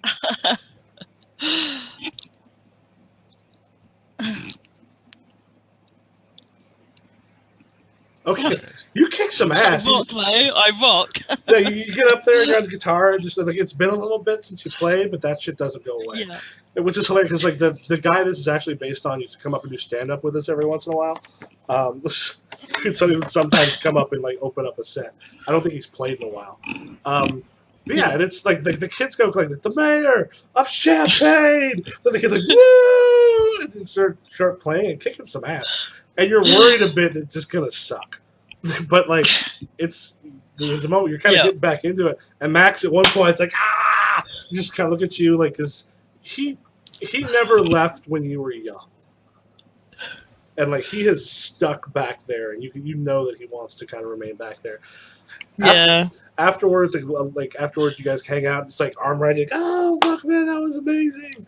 And like when he kind of offers some Coke, it's pretty easy just to sort of scoop it up and take some without actually taking it. Yeah. And then you kind of give people your goodbyes and take off. Yeah. Cool. The real question is do you take any while you take some?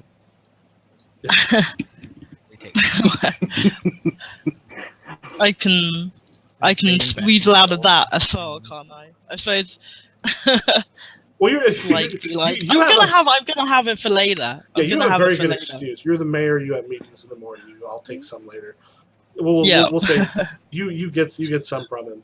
I'll say I need to pick me up in the morning. Yeah, haven't changed, man.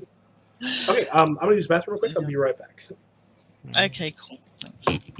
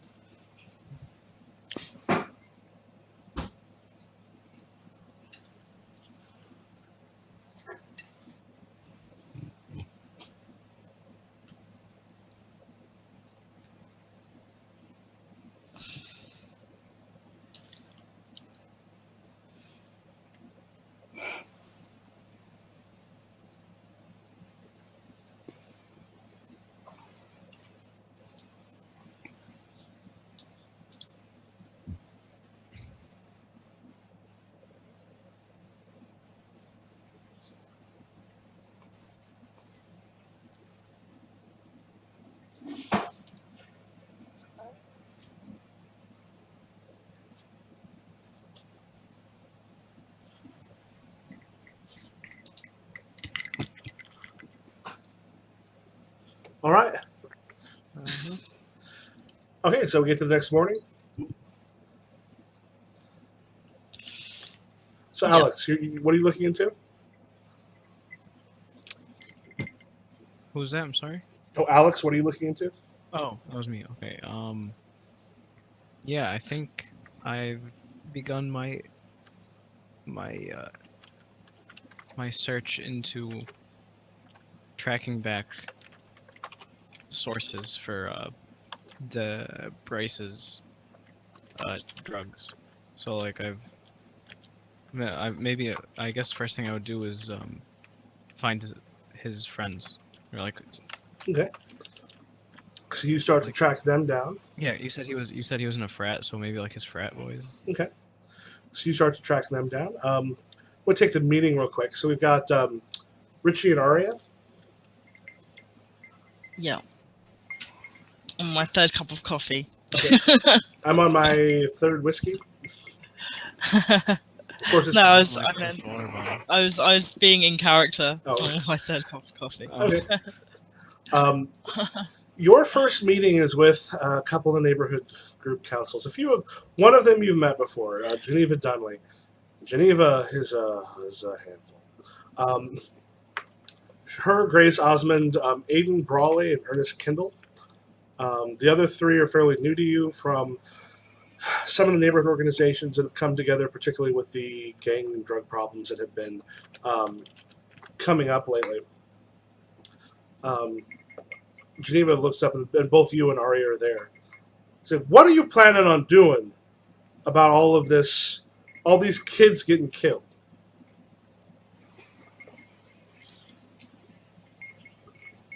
Well, one of the detectives on the case is working has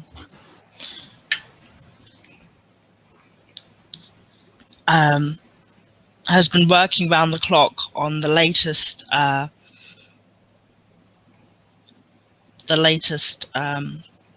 crime that has occurred. So one of the detectives. Yes.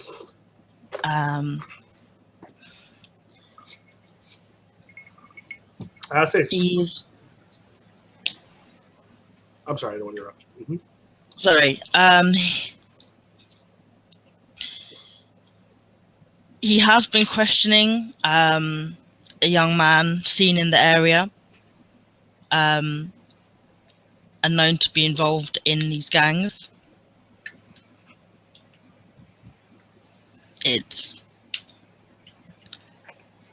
And he's definitely found connections between other gangs and this problem that we have here. So what are those connections?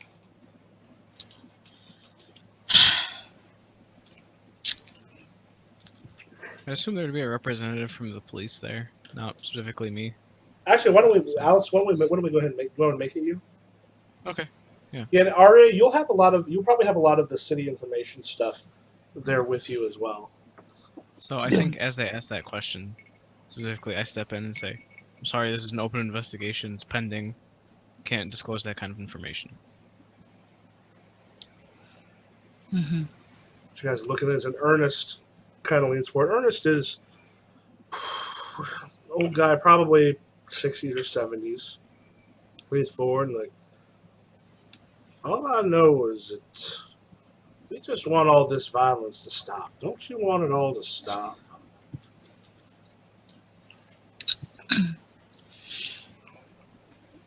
We're talking to me or the mayor? To the mayor. Yeah, I think so. As I was saying, we are currently taking steps to stop this right now, and Well, my grandson is unfortunately involved with some of these people. What if we manage to get some of them together to have a talk and maybe try to stop all this from happening? Like where the police don't get involved, but maybe some representatives are there to try to at least stop the violence, because we ain't going to stop people doing drugs. I think we all going to be honest, we're aware of that. sorry, sir. What you're suggesting is interfering with an ongoing police investigation. If you're suggesting that you circumvent the law in order to achieve your own means, then we're going to have a separate conversation. But I'm assuming that you didn't mean it that way. No, I meant that maybe we should have a talk and sit down with people instead of having everyone hiding in the shadows. If you want to hide behind your badge the whole time, I suppose that's fine. You ain't going to get shit done the way you ain't got shit done ever since. But, you know. I've You're always entitled to your opinion, sir.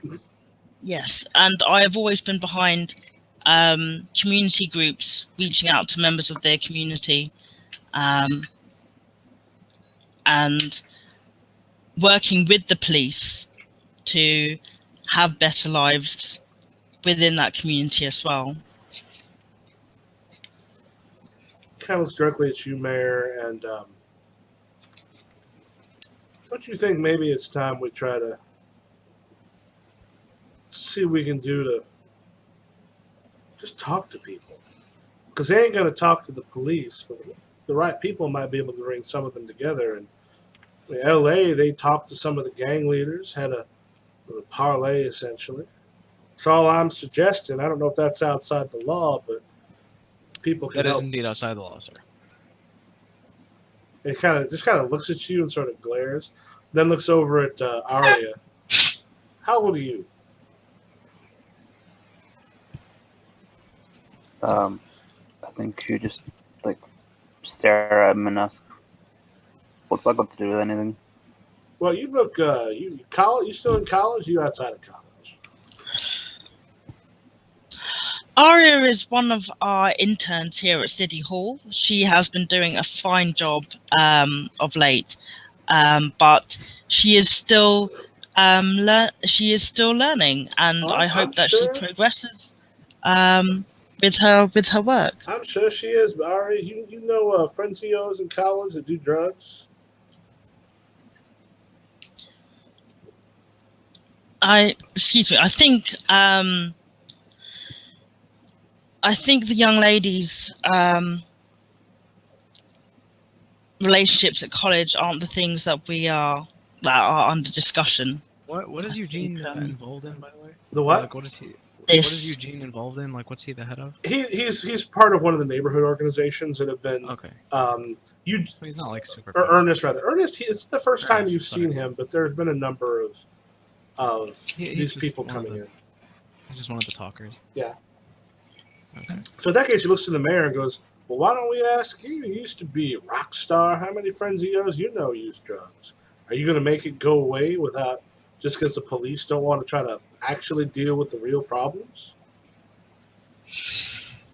I think the police are working hard right now on this situation. Definitely one of the problems is this increase in violence, and that is the main concern that we are trying to put a stop to. Let me talk a little more plainly, because apparently it's not getting through. I've talked to some people that if they know that there could be a conversation that did not involve handcuffs, people from a variety of these neighborhoods who only want peace would be willing to get together and see what they can do to help.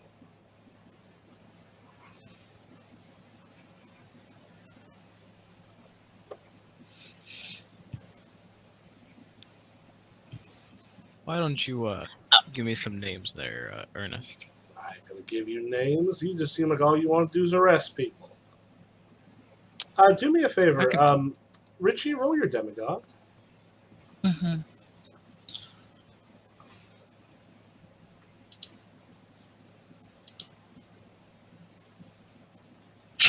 I'm not getting good rolls of that. Actually, wait, what is your obsession? Does that fit? Oh, being the man in charge. There you go. I can see that. This guy's Also, trying to take charge of the or your situation. noble sort of helping the less fortunate. I think any one of those could let you flip them. Oh, so it's all the stuff at the side that lets you flip them. Yeah, obsession lets you do it any time it deals with your obsession, but your other ones let you do it once a session. Oh, okay. If you can do it with obsession, it's probably better you do it with obsession. So you can save the other one. helping the less fortunate. Yeah, I'll flip that. So here, like being a demagogue, I mean, someone who knows how people are going, you're able to almost sort of see things around him and understand something. Mm, He's lying, that, right. and you can tell Of course it is. he wants Yeah. something different than what he's putting forth. Right. Well, I think as you're observing that, he did say to me, "You look like someone who likes to arrest people," and I would, as you're observing that, just as a retort, Alex would say, he would say, "No, you see, if I like to arrest people, I'd arrest you right now for obstruction of justice. But seeing as how I'm still sitting, we're doing pretty good. So why don't you give me that? We'll talk later. And seems to be some information that you're withholding with regards to this investigation. We'll talk later and talk about that." Ernest kind of sighs and stands up and, "Come on, folks. I think they don't want to talk. They just want to try to get things done the way it's not going to work."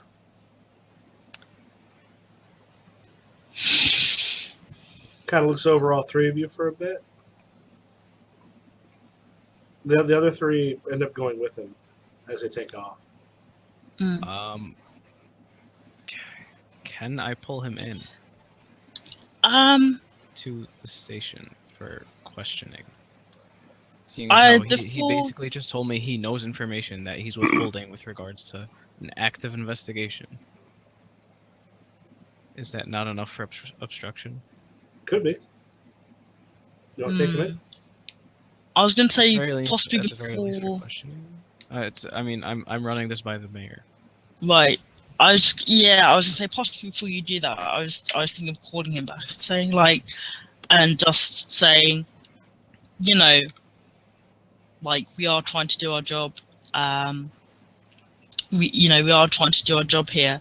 If there's anything you can tell the police, like anything you can tell the police about what you might know about the current investigation, or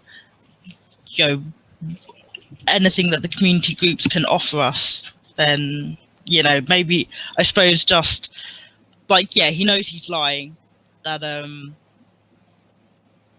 Okay, so he's possibly just trying to stir the pot, he but looks just around. So you got him, like the rest of them have left. You kind of pull him back in. He sort of looks. He goes, "Listen, all I know is I know some people who've said they want this to stop.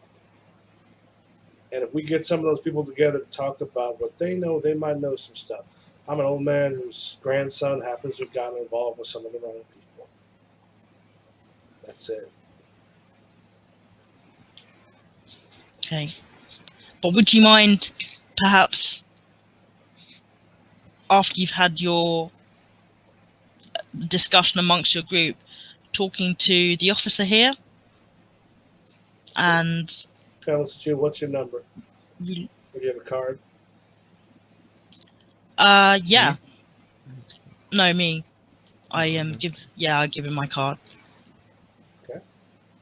Alex, Yeah. you give him yours? Yeah, I think I give him mine, and well, no, it's 2017. No one has pagers anymore. Do cops have pagers? I don't know. I don't think so. I'm pretty sure they wouldn't. I don't know if the cops do. Yeah. Yeah, so I mean, I just give him my number, and like I give him my card and say, "Don't worry about the timing. I'm awake most nights." I'll talk to my grandson and see what I can do. Ask your girl here. You're gonna find out there's not much you're gonna do about stopping people taking drugs. I'm just hoping to stop the violence. Aren't we all? That's our main concern right now. And Definitely. then he leaves. Yeah. I pull out my gun and shoot him in the back. No, I'm just no. Reported murder. Ooh, that'd be one way to take it.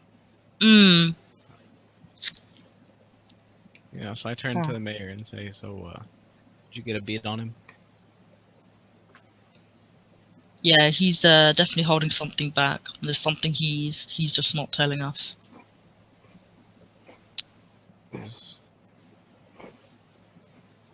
there's not very many legal ways to get that information from him, unfortunately. Arya, are you still Okay. with us? Yep. Okay. Mm-hmm. I could pull him into the station and question him Okay. there. One way. Mm. Find out who his grandson is. He's probably got a record. He might. We can do some digging on him and his. See what I come up with. Okay. Just to Okay. make sure that we're not making deals here with the wrong people. Yeah. Oh yeah. Yes. About the kid, the college kid, Bryce Seven. Right.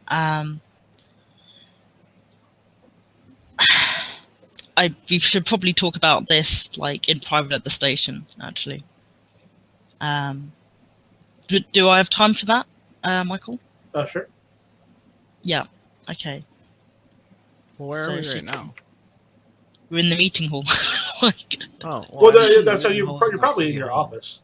Yeah, it's like. Oh, right. it's in City Okay, Hall. It's so, in your yeah, my It's office. there, yeah. You Okay, just go to your cool. office. Don't have to go all the way Yeah. to the station. Just in my office then. Good. Yeah. So, yeah, I got a sample of the last batch of drugs that Bryce Devon had apparently been trying to share around at the college or deal at the college. Okay. I can take it to the boys in the lab, see what they come up with. Yeah. I mean, also, I don't know if there's our own type of investigation we can do with it. Might be useful. Sure. What can Arya do? Are you Mm. you able to deal with this with your fancy magic thing? I don't know how it works. Been over this. The astral projection. Yeah, ours at that also got the gutter magic and rituals. Yeah. So I could use it in the gutter magic ritual as well. Yeah, I'm just not sure. Is gutter magic like all encompassing? Like you can like use it to do basically everything, but just not very successfully. There's a number of things it can kind of let you do. Like could it be used to like track or hunt, something like that? Like get a trail, almost like a bloodhound kind of thing. I will say there is some stuff that you do know, Arya, that will require a link to the person that you're looking for. You actually do know a ritual. It'll require like cutting yourself a little bit, a bit of your blood, a link to someone that you know, and if it's done at midnight, and if you create a place it on a compass, you can actually create something that will point someone out. You sometimes have a little bit of a difficulty getting it to work because it's tough to get the stuff for it, but it's a possibility of something you could do. It's one of the things you know and saw. Okay. I'm thinking maybe I could try use the green phone. Using the witch? The green phone. Is that one of the rituals? Yeah, here we go. Yeah. Yes.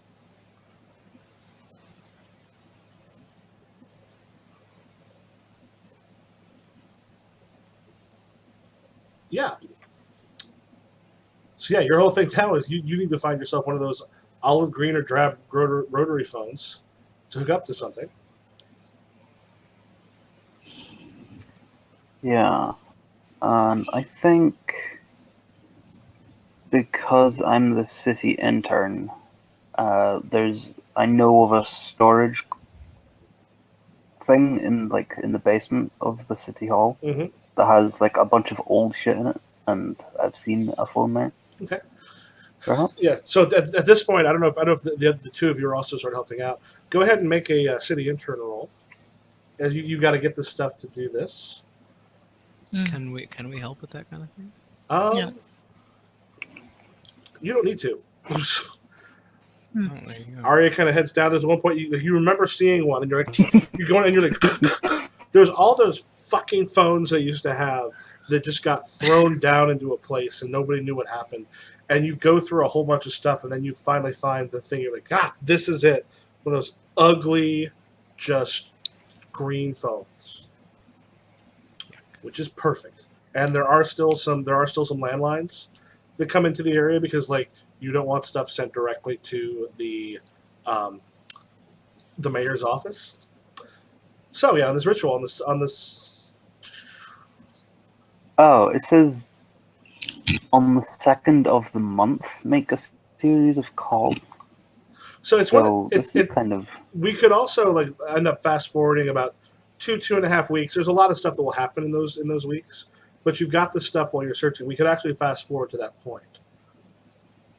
Okay, I wonder, is there like a better ritual to try out, maybe? We'll say this is maybe your best shot because you guys are looking into things and there's a lot of stuff that will happen that one. We okay? Because I figure at this point we've got about an hour and a half to finish it up to make it like be about 4 hours, and I know it's really late for you, Arya, or really early. It's okay. Yeah, we'll try the green from them. Yeah. So in summary, we'll say as you guys are searching through, like you kind of analyze the stuff as best you can, trying to track down things. It would take some time. Go ahead and make your ritual roll once it gets to May 2nd. And how do I do that? Go ahead. Your supernatural is what you use for your. Oh, okay.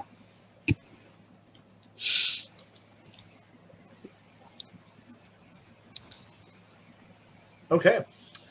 So you get a number of calls equal to the 10 place. You end up with 3 calls.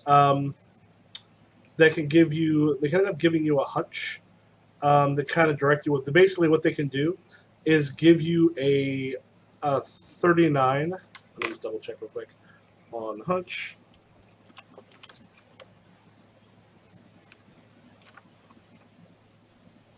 Previous.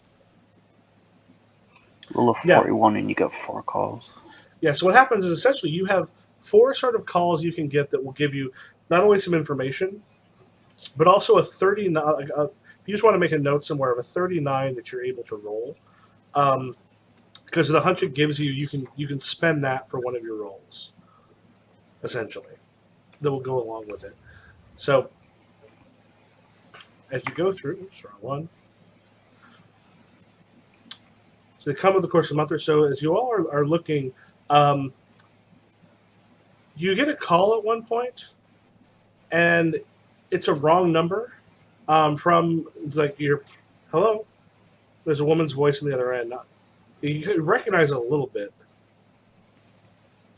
Hello? Hey, Joe? Nope. I think I must have the wrong number. Who is this? This is Arya. I work at the mayor's office. Oh, that's weird. This is Lydia Jimenez. Oh. Huh. Hello. That's really odd. I was calling Joe. I guess your number must be close. She rattles off a number that's nowhere near your actual number. Is your number close to this? I say yeah, like there's only like instead of F3 I have a 4 whatever. Okay. Cool. I guess I'll see you probably maybe an undergraduate at some point. Yeah, have a good one. And then she hangs up. And then you're sort of in the mayor with the office. I don't know if Alex is there, but that's the first time the green phone has rang since you made the stuff. The only time that'll ever ring is if it has something to do with what you're doing, with what you're looking for.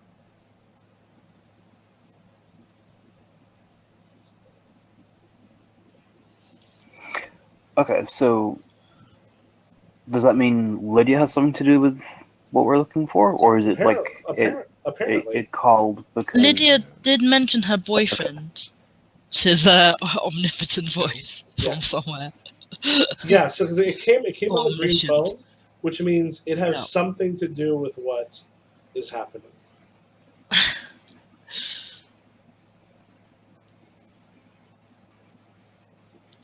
Okay.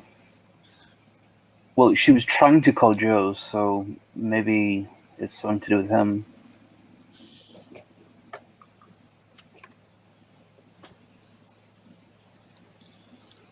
I mean, could be Lydia herself, but she did mention her boyfriend was into magic. Ex-boyfriend, I think it was. Yeah. Yeah. I suppose I should have asked who Joe is, because that's who she was meaning to call. Well. Okay. I don't know if there's anything we can really do with that at this point in time. You could go and visit her yourself and maybe just chat. Find out like more about this shady ex. Yeah, okay, sure. Okay. But just I can do that. All right. Yeah. So do you go Is to there like a gossip pool? Well, it's not hard to find her office hours if you want to see that, or if do you want to find her try to meet somewhere else, or No, I would like to just go find her to talk. okay, so off like her office hours or something. Yeah. Those are posted. You kind of go in and she looks up and she's like, "Hey, Aria, what are you doing here?" Stop stalking me. Are my dreams coming true? I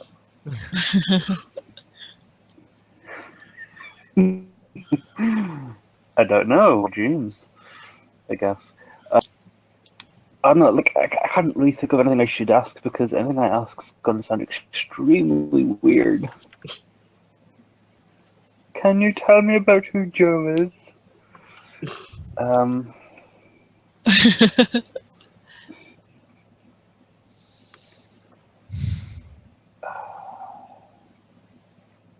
Can I astrally project and like look at her, see what she looks like? Yeah, go ahead and make a roll because the problem is it might be a little obvious if you do it, but I would say go ahead and make a roll.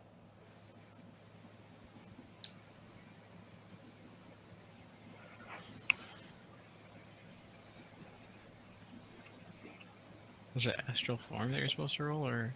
Yeah, it's basically their supernatural ability. Yeah, so you sort of pop outside yourself for a moment. Yeah. Okay, Yeah, I just want to like look at her, see if there's anything unusual about her, like if there's any traces of that magic I was aware of before or anything. As you kind of pop outside of, there's a moment where like you see there's a storm surrounding her. It's a storm you've seen before.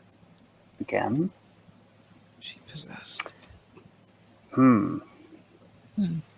Like, can I see through it, or is it just completely blocking her off? No, there's a good deal of sort of power there, and like the thing is, if you're there for too long, you've sort of drifted off in the conversation where you've come in, because to leave your body, you kind of go slack for a bit. So there's a certain amount of time you can kind of be out there where someone just thinks you've spaced out or something.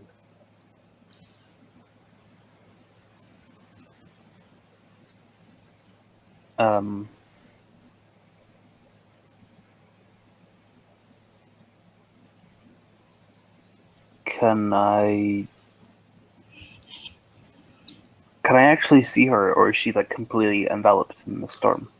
Like the storm seems to just surround her and be like going through her. Like this is magic designed to conceal. It's not subtle. It's a thing someone uses to make it hard to identify them at a distance. Can I tell if she's done it herself or if it's someone who's done it onto her? That's gonna be impossible to tell without having to take a lot more time than you probably have. Like you can, but it means you're basically gonna be sitting in the chair, totally out of it for a little while. If you do that, she's gonna see you just. How long is a little while? A couple minutes. You know what, I'll do it. Okay. Yeah, I want to know. I would say go ahead and make another roll. Okay.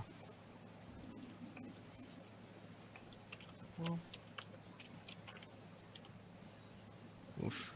Yeah, you're trying to look and you're having some difficulties. You can't quite sort of see.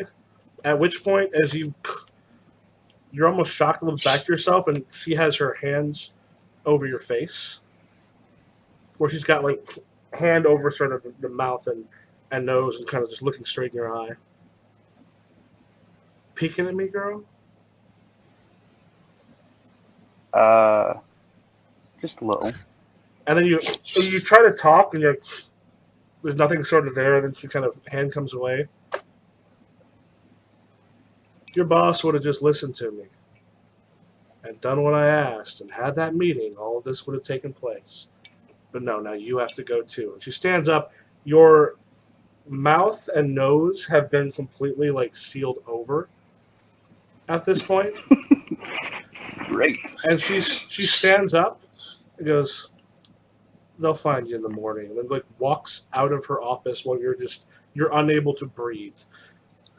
Can I like grab her? Do you want to Try try? and choke her? Shit, you can try. Kick her. What's your struggle? What's your struggle? Struggle? Mhm. I don't know. Oh, so your struggle is going to be actually is a 20% because your violence is just a 1. So you have a 60% connect, okay. but a 20% struggle. You're not going to be very good at it. Okay. Well, I'm still gonna try. Make a roll. I'm gonna die, so I'm gonna take her with me. Yeah, no. As you kind of try to grab at her, but like because you can't breathe at this moment, it's Can a you little. swap that You're with her? panicking. The swapping won't help. And she just kind of and she kind of throws you to the side and just goes through and shuts the door. And you're sitting there and it's sealed over, and you're not able. Like your tongue is pressing up against a solid wall where your lips were. Okay, I must have had a reason of some sort to call Arya and like give her a call. So, yeah, and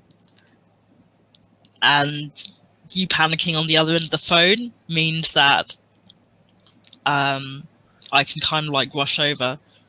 Well, I would say by that point, I would say before that happens, Arya, what do you do? Like you're not able to breathe right now. If you don't do something, you're not going to make it. Can I cast some gutter magic to uncurse myself? Gutter magic will take too long. You know, the only way she could have done this quickly, she's probably an adept of some sort. Like this, as far as you're aware, this is not like a something that a avatar would have. This feels like because it's that quick is usually adept magic and that sort of vulgar in its effects. But you're gonna have to find a way to breathe soon. Okay, so I can't just I can't do magic to undo it myself. If there was ways to do it, you're not entirely certain. It's going to take too long to do that. Like your best bet is to somehow like rip open a way for you to breathe. Yeah, that's what I was thinking next. I guess search your desk for a pair of scissors. Yep. Or there's a pair of scissors a there. knife or something. Yeah, there are some scissors that she then has. get to work. Okay. Mouth or nostrils? Yeah. Okay. Mouth. Okay. So what I'm happy to do here is I'm actually going to make you 2 checks because both between violence, because this is not something I think you're used to. Now you're unnatural. Stabbing yourself. Yeah, this is fairly complex. So unnatural in this case is going to be a rank 4, which I think is higher than your unnatural. Mm-hmm. Okay, so in that case, what you want to do is go ahead and roll yourself, which is the 50%, which will be the top one on there. And actually, your violence is also 50%. So the first one's against self, and the second one's against violence, or the unnatural and the violence. Okay. So violence-wise, you're okay. As you just rip that open and are able to sort of breathe, and there's just ragged Jeez. Oh, no, both of those. Okay, you're on both of those, and then and then blood's kind of coming down, but you're able to breathe again as you just ripped a bit of a hole in your face. At this point, you have a moment where like you're afraid you're gonna freak the fuck out because of what just happened, but you have like you're kind of breathing through this rip, but you're okay.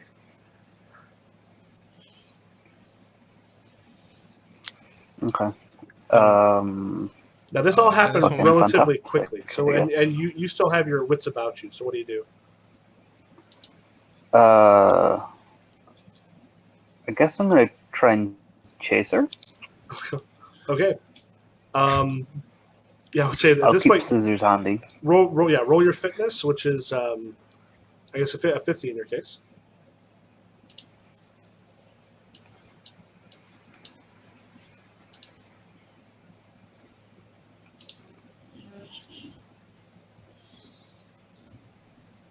Okay, as you sprint out, she is not at all, but she's just walking very calmly away, and you kind of got the scissors, and you tackle her.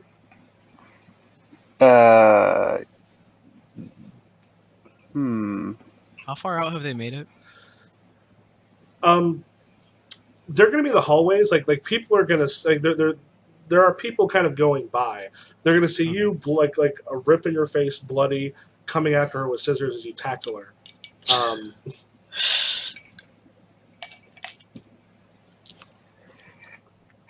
don't know. Should I tackle her or should I just try and stab her? Well, okay. I don't know if the hallway's far enough out. But yeah. I think I'll just like try and grab her again. Okay, we'll say it's part of the fitness. You grab her, and she kind of looks around, and she's like, "Fuck, you don't go down easy, do you?" Nope. It's weird because like you feel like a Muppet mouth at this point. Because like the muscles they're just in the wrong spot. Yeah. As it's just aching on there. She kind of pulls back. She's trying to pull away from you. What do you do? I want to like trip her up, make her fall to the ground. Okay, make another make a struggle roll, which you're not. Unfortunately, you're not very good at this.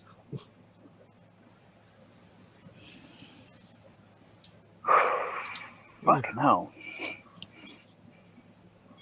Right. I think both of my struck really high. Yeah.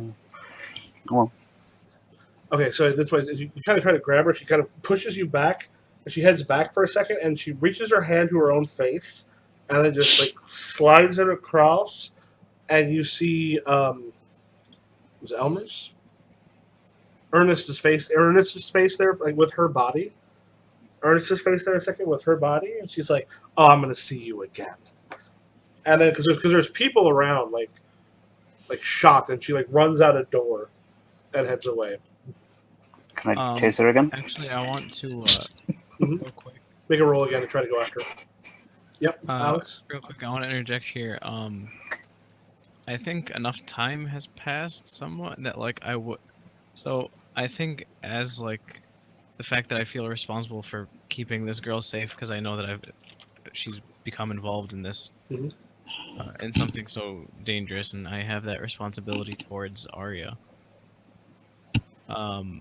I'm thinking I actually like I've followed her here, and I'm just outside the building, just outside like the front door. So when I start to hear like murmurs as people come out, like, "Oh my God, you see that crazy girl with the knife or with the scissors tackle the professor?" Okay, I'm I will like, say okay. if you both want to make a roll on your responsibility to see if you happen to be there to double check on her. Yeah. She was going to check because both of you see her responsibility. I can see that both of you, if either one of you succeed, you'll both be there. Fucking hell. Oh. Oh, No, here's the thing. no. You were on your way to go check because you know that she was going to check some stuff out, and you're a little worried.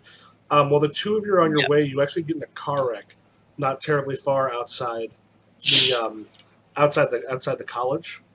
Mm-hmm. Crash it's- into each other. No, it's just someone else crashes into you, and you kind of come out. You're like, "What the hell?" So yeah, so Arya, you've Yeah, you run, you tackle her again, and there's just a bunch of people staring because you're in a foyer at this point, going out towards the quad. Actually, Was can I I can I can flip trigger my that? noble for that? Yes, you can. That's why I said you tackled her. What, Alex? Yeah. Well, no, Okay. can I flip that roll with my noble hiding the reality of the world from people? It's a little bit of a It stretch, won't. but The like, thing, the problem is you rolled an 88. yeah. So Well, even don't you if flip it with the 60? even if you flip it, it won't make a difference. Because What do you wait? What do you flip? you flip the roll that you made. You flip Oh, you flip the numbers. the Okay. two numbers, so I thought it was Yeah. flipping the 88 and the 60, so that would be 60 versus an 88. No. You flipped them. So like Okay. like the 93 that Arya rolled, she was able to actually flip it, so it was a 39. Gotcha. Okay. I didn't understand that at Yeah. first. Okay. So yeah, so even Richie's would not have helped at that point. It would turn. Yeah. It would have been worse at that point. But yeah. So like with the 88, you guys, the two of you are there, you get into a car wreck. Not an awful one, but it's enough that like your car is not going anyplace. But Arya, you tackle her again. This dude just hit a freaking Yeah. squad car. He's no, I'm gonna stab her this time. Okay, make a struggle roll.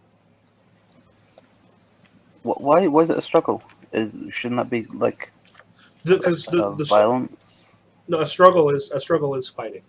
The violence Oh, okay. the violence is the shock meter. Right.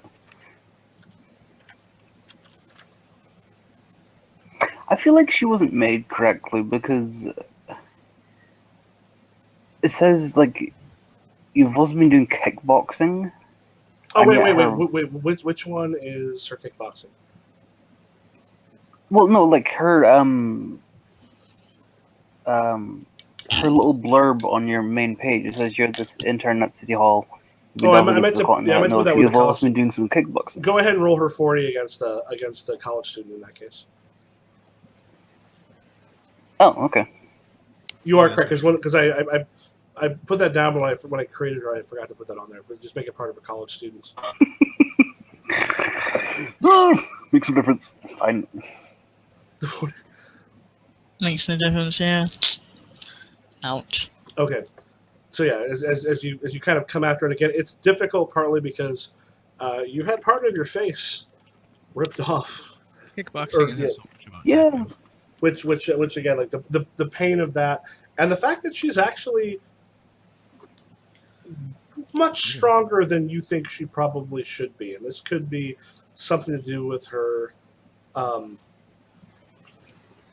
being an adept, but it is definitely.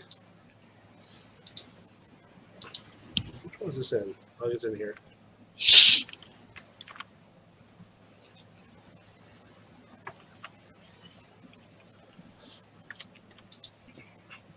Here we go. So at that point, like she has a. We'll have her roll. So yeah, as you attack her.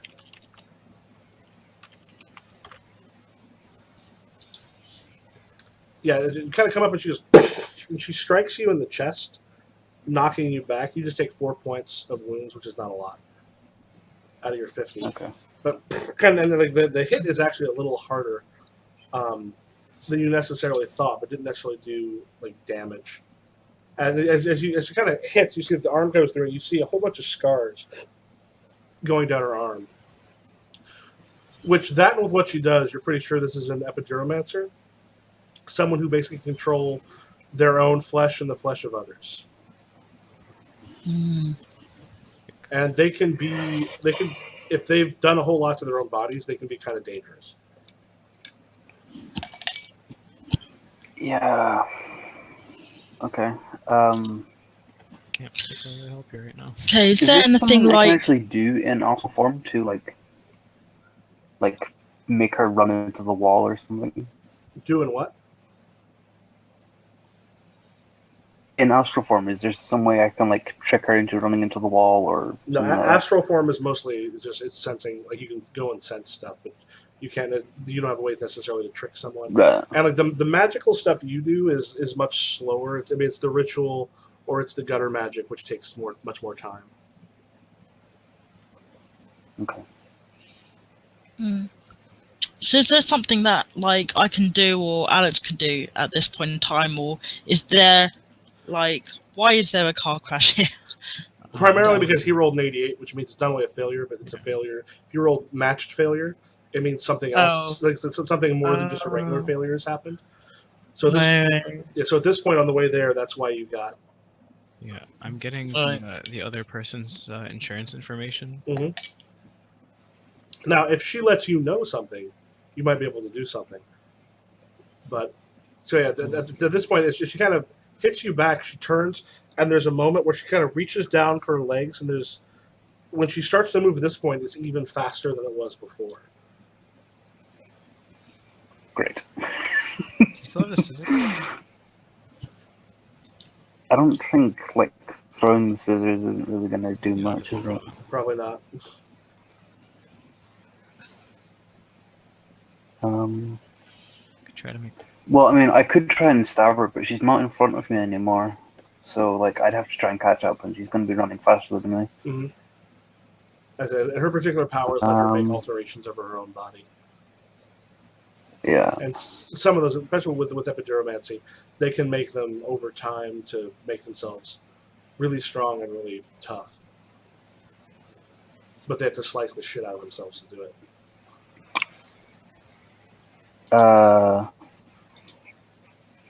In astral form, how far can I go away from my body? You can travel pretty far. The thing is, it's landmarks and such don't work quite the same way. Things don't look quite the same as they do normally. Right. So, would I be able to estimate the amount of steps and direction, the turns I've taken to do the same? Kind of. I mean, there are certain things like landmarks you can find in the astral plane that have something to do with the modern or with the regular plane that can help you find something. If you find where someone goes, you can often you can kind of pop out and go find something again. Okay, I think I want to do that. I want to stop and like sit myself down on the street corner and then astral project and follow. Okay, so yeah, you astrally project. Go ahead and make your roll, and it'll take you a little bit of time while you're kind of following her. And I'll say about this point, Alex, while this is happening, you start to hear there's a young woman who has been attacked a professor, but something had been like.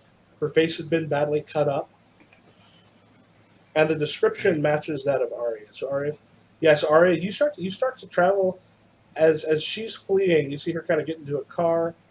You follow her, and you find what you think is her. You're pretty sure is where her apartment is. As she goes inside, there's a number of wards and such around it. You're pretty sure you can find it again. Okay, I think these wards are going to stop me from entering. Not stop you from entering. They're mostly stopping you from looking inside.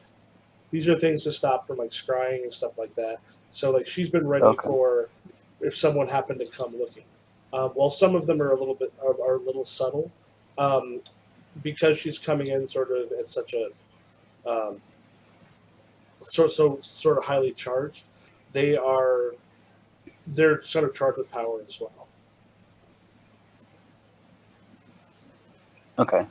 Yeah, I'm gonna like return to my body, and then I'll call Alex and Richard.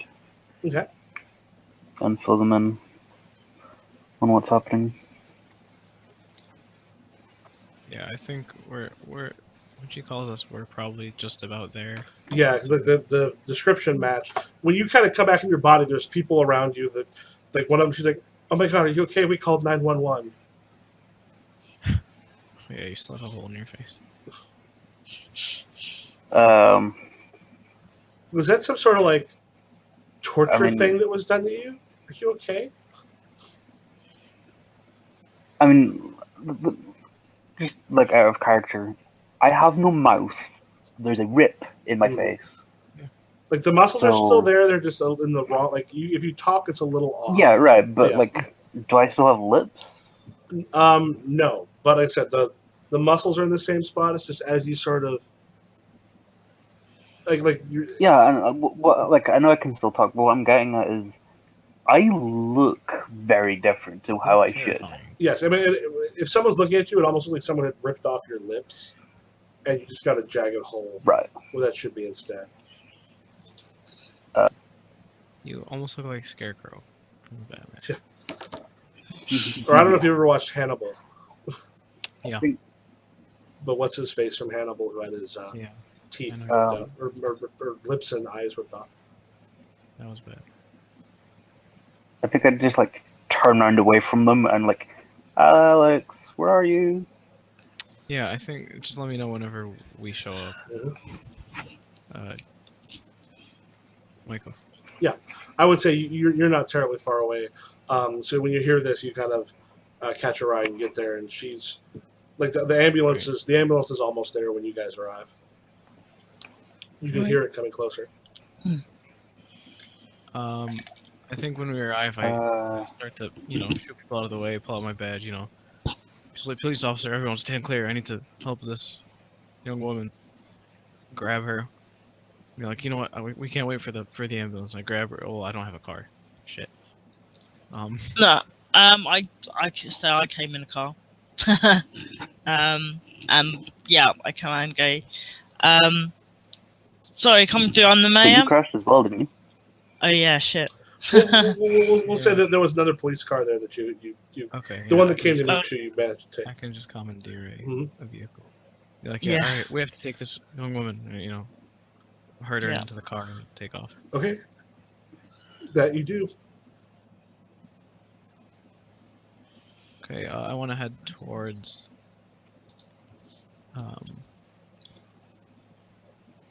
Probably back to the mayor's office. Yeah. So Arya, if they get you into the car, unless you do something about it, like what do you do once you're in there? Well, like, I don't really want to, like, do I know? No, hang on. I need to think of the correct words. No, never mind. Yeah, is there a way I can, like, undo what was done? You don't know a way besides plastic surgery to undo that, unless you find either her or another epiduromancer who will do that. You don't know any personally. Is there, like, I know a contact role or something? To know people? Actually, the best person for that might be Alex. See if I know a guy. Yeah. Yeah, I would ask Alex. You're like epiduromancer. What epiduromancer? Text. I'm gonna text you. Yeah. Yeah. Yeah. What do I roll for that? As a blue line, you can basically send out a call, and someone will probably know someone. There are plenty of adepts who've worked alongside you guys, and there's also plenty who've been taken down by the blue Alright. line. Okay, so I just roll my identity. Mhm. Oh my god. Oh shit.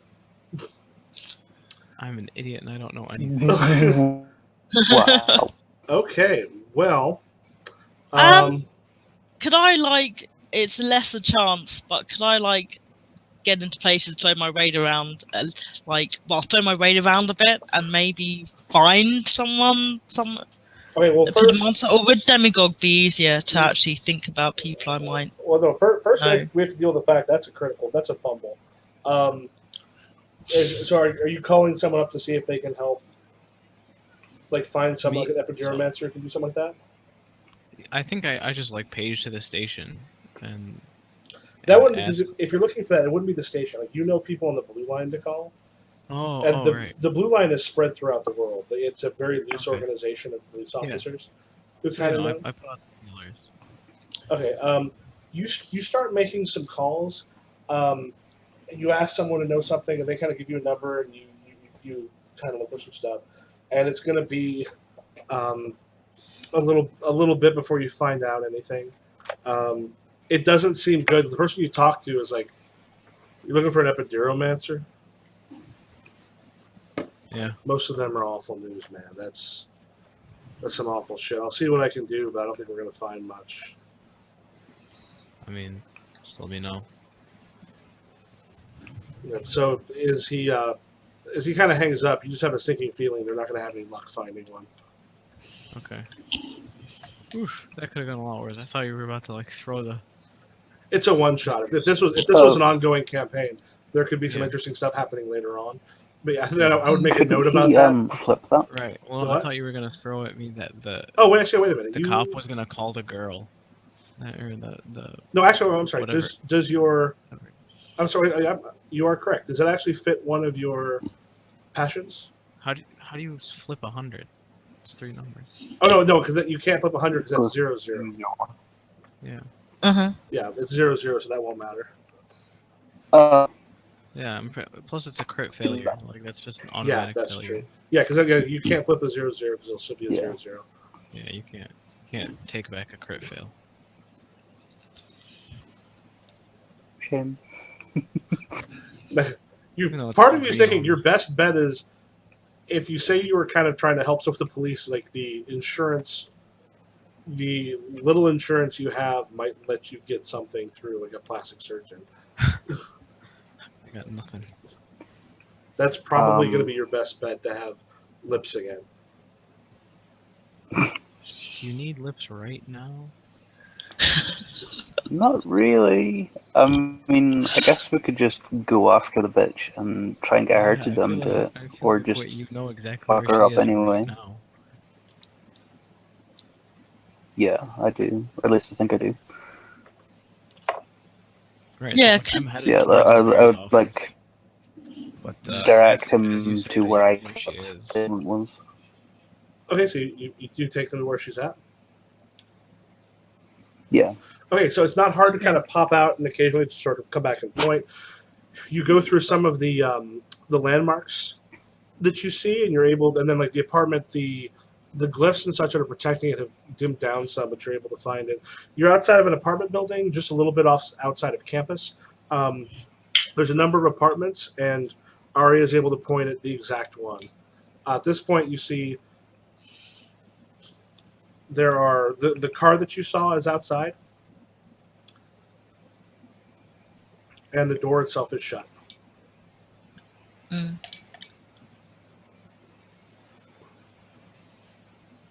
The door to the apartments, right? Yeah, To the car. the door to the apartment itself is shut. Okay. How shut? Like I can't open. Like I can't. Locked or the door's closed. You could try. Yeah, I'm gonna try it. Okay, you kind of really do you do it kind of quietly to see if it kind of works. Yeah, I just give it like a slight little jiggle. Yeah, as like you kind of enough. check it to do like really quietly, it's nothing. It's at least locked. You don't know if the deadbolt is also thrown. Okay.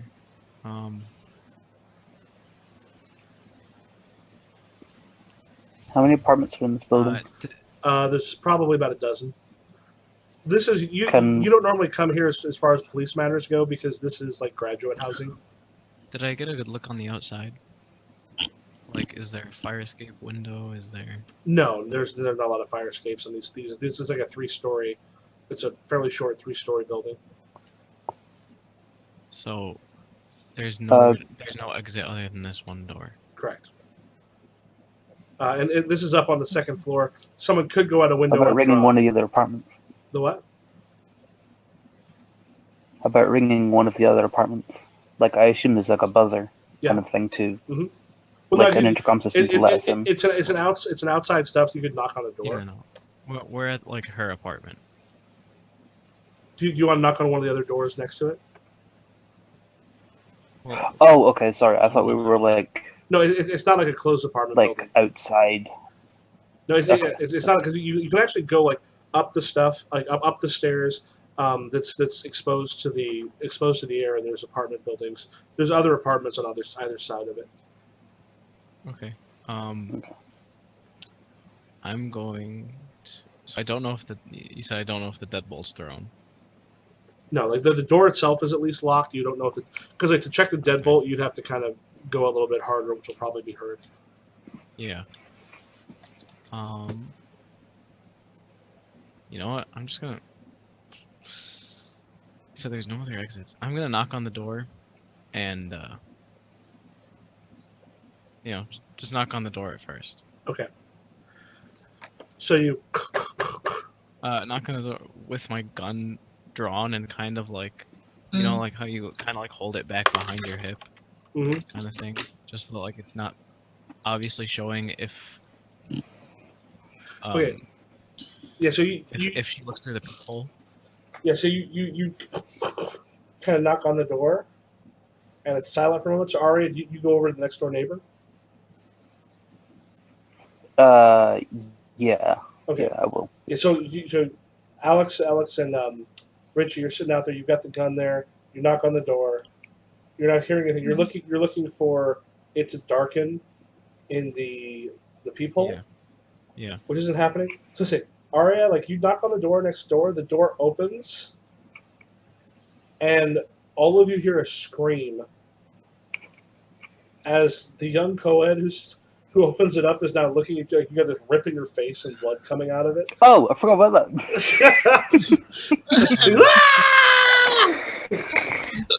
Okay. I'm gonna like run through her apartment and jump out the window and try to go in through Lydia's window. Go ahead and make a fitness roll. So as you're doing that, you make a fitness roll. Alex, you hear a gunfire. Jesus. And the thing is, the gun comes from inside, and you're pretty sure that she is not particularly good with a gun, because it's one of those things where you know where people generally stand outside of a door. If you were going to fire through a door to try to hit somebody, you know where to fire. This is one that goes up towards the top, and embeds itself in the brick across from you. You are in no danger of being hit by this. Yeah, Aria, you run through, and her friends are like, trying to fire holy through the door shit. at me. Yeah, her friend's like, holy shit, as you kind of hit the balcony and then like flip over onto the other one. Oh, sorry. Okay. The picture stopped moving for me for a second. Oh, sorry. I missed a little bit. Oh, no, yeah, so as you're sitting there, the gunshot that comes through like the upper part of the doorway embeds itself in the brick behind you. That's not the shot of someone who knows what they're doing with a gun. Aria runs through because the scream is what triggered it.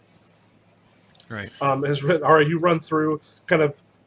You've never done like a parkour thing in your life, but you kind of grab and then just flip over. Mm-hmm. And Richie, what are you doing? I was thinking actually if there was any gutter magic I could do to like help Alex out, because he's the one who's got to go in with gun. If Arya wants to parkour her way in, then I guess that was kind of up to her. The thing is with gutter magic and ritual magic is it's slower. Right. It takes a bit of time to actually do. So that's not something you necessarily have right this second. Though if you want to follow her, you could. Yeah. Okay. Okay, make a fitness roll. I'll fall out the window. Yeah, that's what I was thinking. I'm not gonna jump the window, possibly, because I only get like. How much do you have in fitness?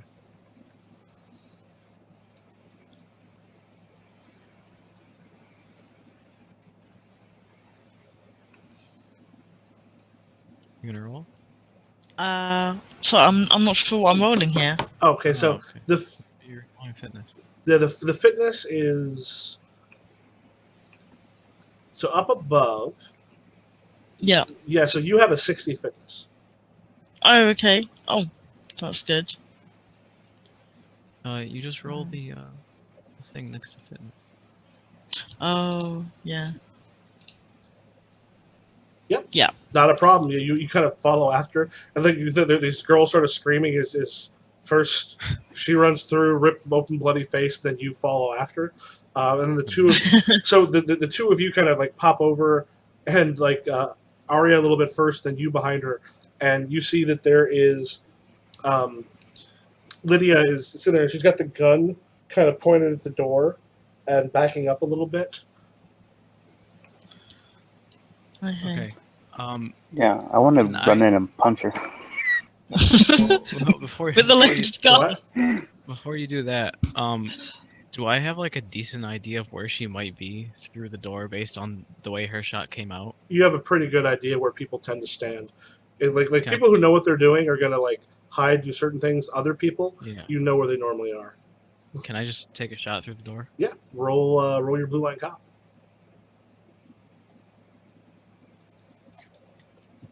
There it is. Okay, so actually, special case, you as it strikes her. So you got a 22, which means you succeeded a little bit extra.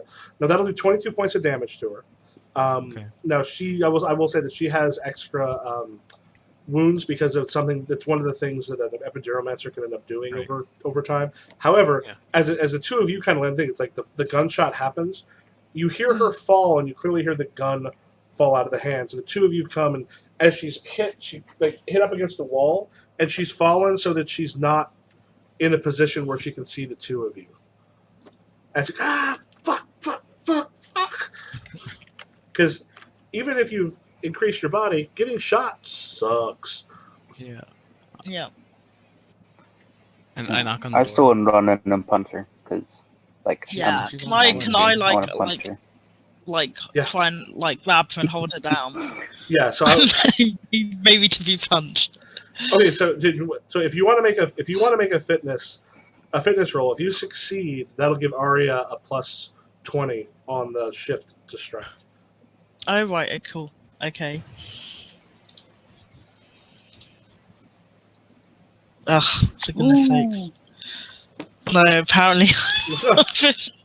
Yeah, so Tackling. you rush in to try to tackle, and you get her, but not a lot. So Arya, go ahead and make your roll to punch.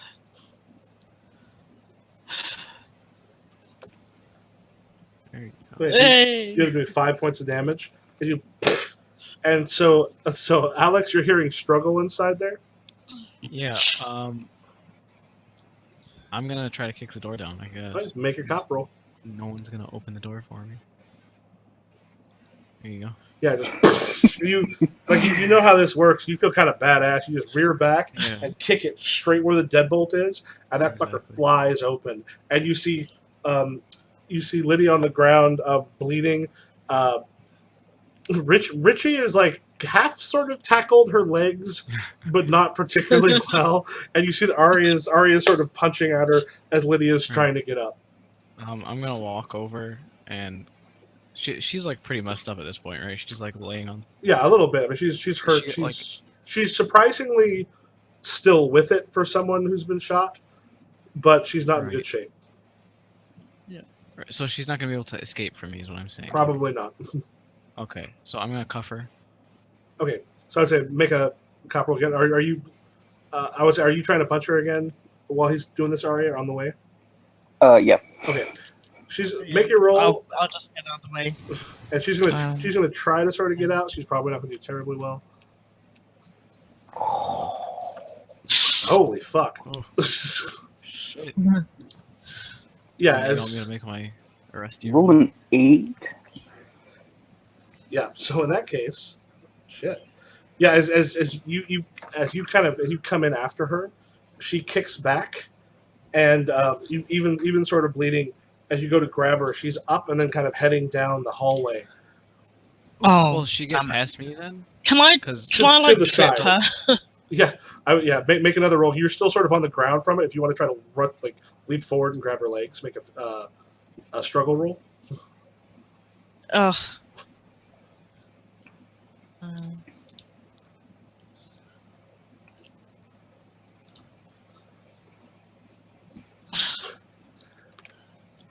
That was the right one, wasn't it? well, you have to make a struggle roll. Well, which was the struggle? There's Yeah, a little, your there's a struggles pink at 20. box with other things in it. Yeah, your struggle's not real Oh. high. Sorry. No, you know but what? I got it. Let's go ahead and keep it. Yeah, you kind of like rub forward and grab her legs as she kind of stumbles backwards as she's trying to get away. We'll say at this point, Alex, you managed to cuff her.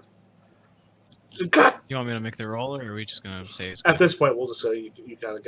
Okay. God damn it! And as she's trying to sort of fight, you see her flesh sort of start to ripple in such a little bit, but as you get it around her, she can't kind of get Right. them out, and you squeeze them tight. God damn it! Yeah. Yeah. She's just glaring at you. Yeah. I want a lawyer. You want a lawyer? Well, let's get you down to the station first. Okay. I'm a good cop. I'm not gonna kill her. We're okay. Do we want to cut to the three of you in a room questioning her? Probably. Okay. Okay, so we'll say you get the Yeah. you get the three of her tied up, and she's got the chains in, and she's in the room, and the interrogation room, and the three of you are in there. So Yeah. this is a completely different Officer Alex Murphy than you saw in the first interrogation. Mm-hmm. This time he comes in like rocking and rolling. He's like, he's like wearing a bulletproof vest, Mhm. but it's purely just as like a statement kind of thing. And he's, he gets low and in her face, and he was like, "Nice to see you here again." You know what? I was trying to help you. I was trying to stop all this violence here in the town, and you fucked it up. Why don't you explain what you mean instead of talking in riddles? Well, I'm guessing you knew what I was doing. Right person in charge of all this, and your violence goes away.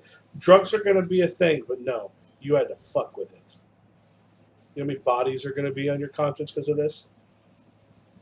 Again, you're doing that thing where you talk in riddles. Just tell me the words that I want to hear in the order I want to hear them. No, so should I have a lawyer present? You should, maybe. Then again, I mean, I don't know how the precedent is for shapeshifters. Well, then I ain't saying shit.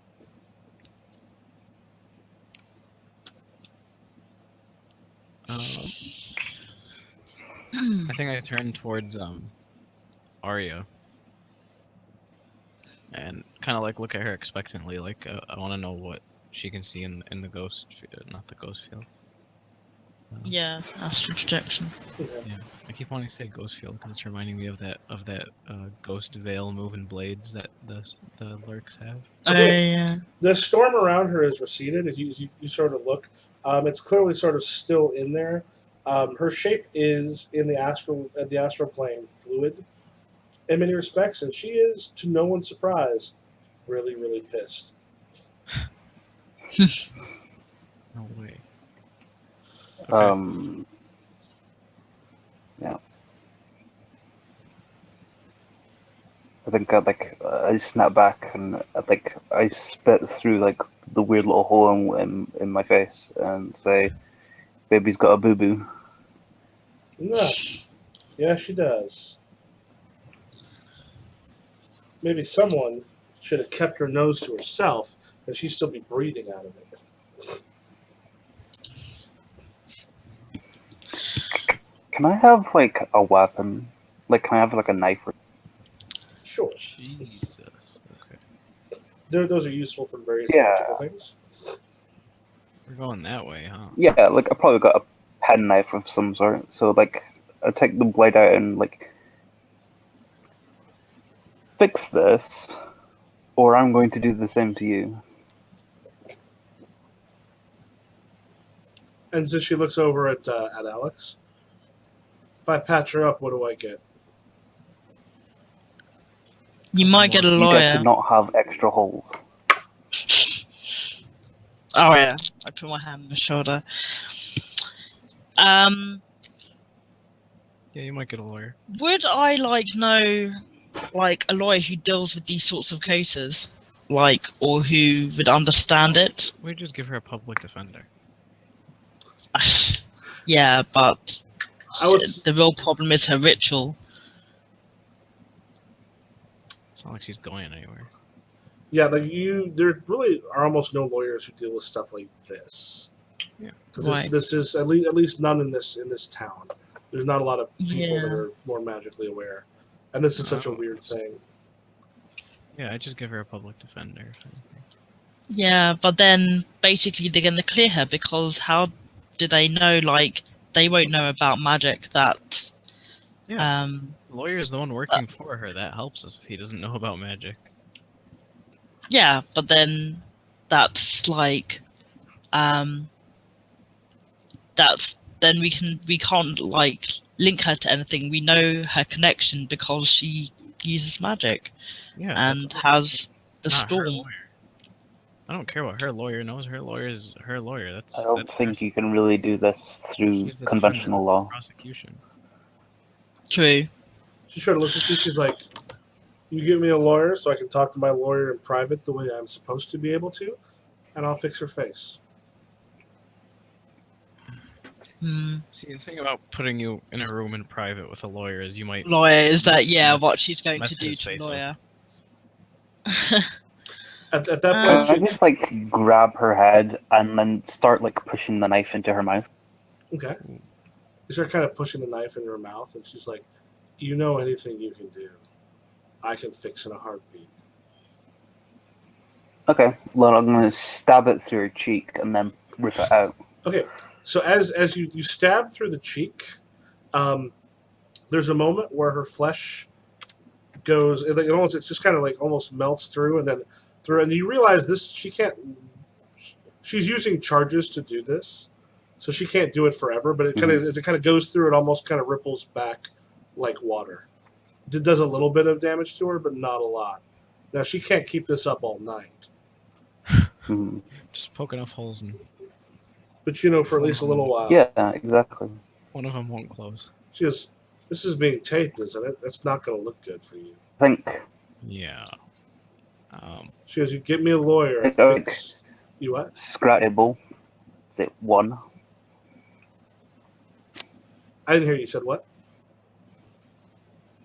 Is it like scratch a little line in the table and let's say one, and then like get ready to do it again, but to the other cheek. I'm gonna grab Arya at this point and say, you realize we're in the police station. There's cameras in this room, and this looks really bad. You just stabbed someone. Then again, I Hey, guess She she's goes, fine. "I want my lawyer the way I'm supposed to have my lawyer."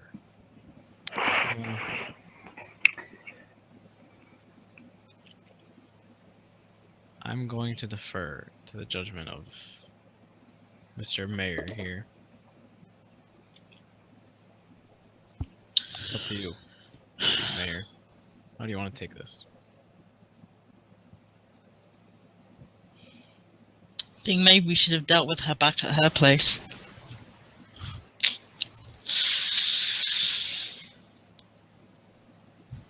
All right. I know how to make her talk. It's not about talking, it's about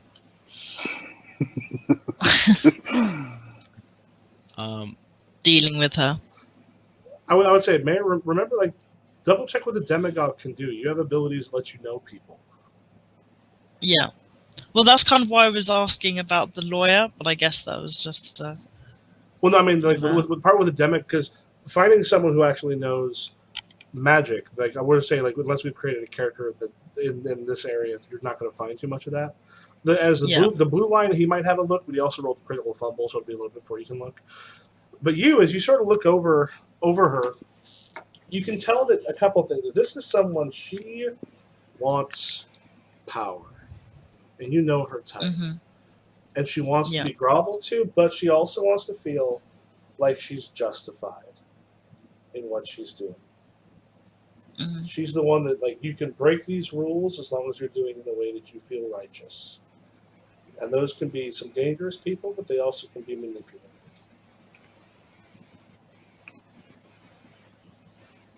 Yeah. So can we call in, like, the blue line on this, then? I would say he's not going to be able to for a little while, partly because of the critical fumble on that one. Oh, right.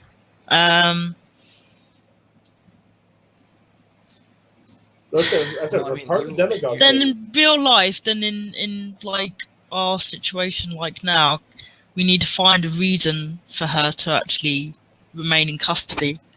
Well, your whole thing is that the demagogue is good at convincing people. Mm-hmm.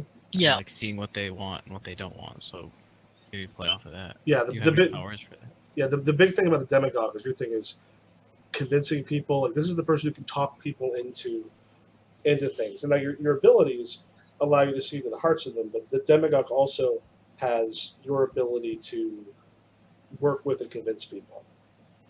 Yeah, you're more of a talker than I am. I'm just the cop. Yeah.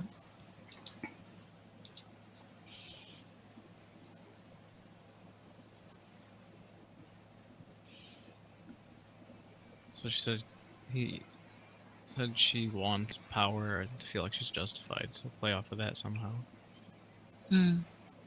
Right.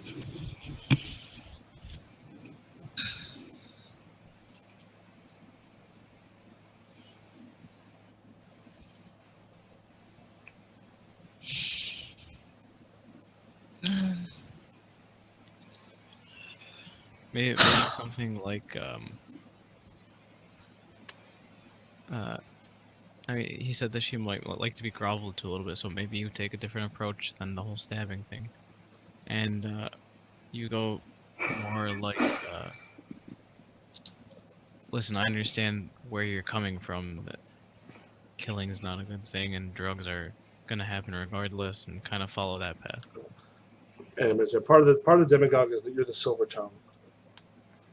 Yeah. Okay. Yeah, maybe do the silver tongue thing before Arya goes. Why is completely Arya insane. playing the Jeopardy theme all of a sudden? Yeah, Arya's a crazy person. Okay. So, I was not expecting Arya to be quite so violent. Like Arya wasn't expecting to have her mouth and nose sealed shut. yeah. That's true. Yeah. That'll change somebody. Yeah. Especially when the person who did it is sitting right in front of you. Still. Alright, so what do you want to do?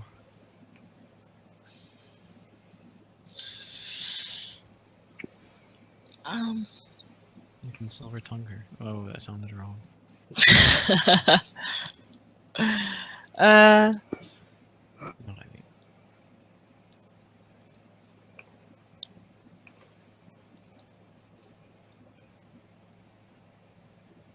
I suppose, I mean, I figured she just wanted to take over, like, from the gangs in the neighborhood to deal drugs. And that was, like, the power that she was kind of after.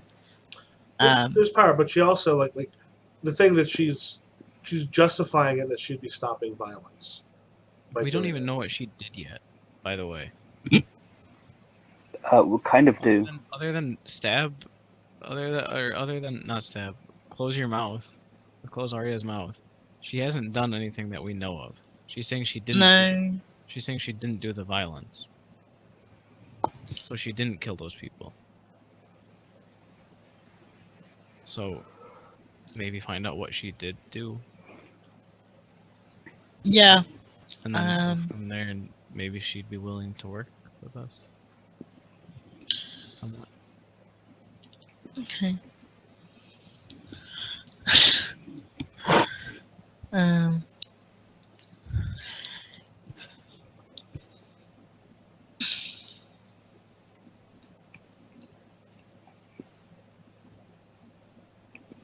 So, okay, so I ask her, I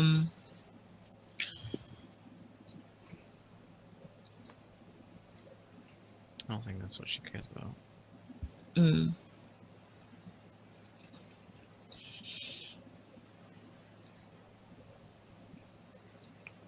I say to her, we know that you have been behind this, you've been influencing you've been behind these rituals, you've been influencing members of drug dealers, of a drug gang, to make human sacrifices, basically. We know this. So you expecting a lawyer for something which we're not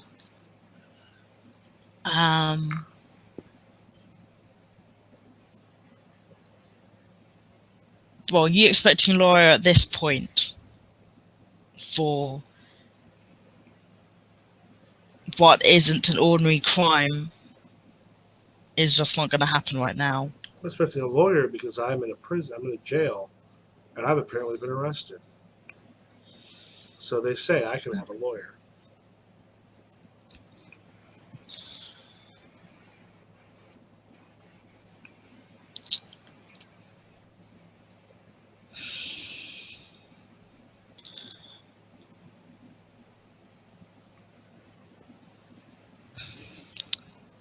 Well, you don't necessarily have to have been arrested. You could have been brought in for questioning and let go on clear suspicion.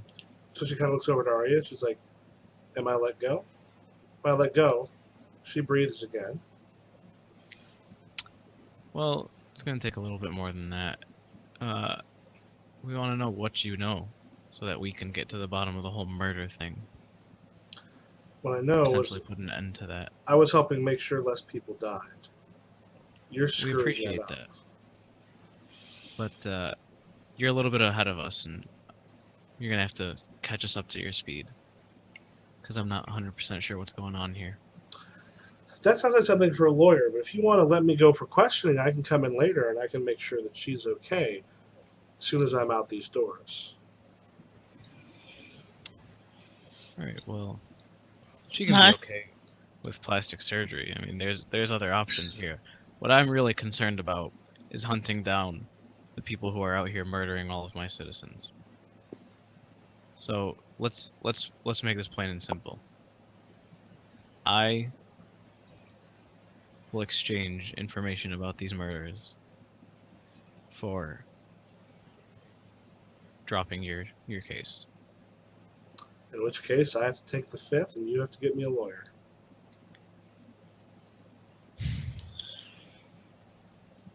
Come on, do it the hard way. Okay. I'm gonna walk out of the room, turn off the video recording. Okay. There's not that many people in the station, right? It's like it's pretty late at night at this Yeah, point. we'll say at this point there's not a lot.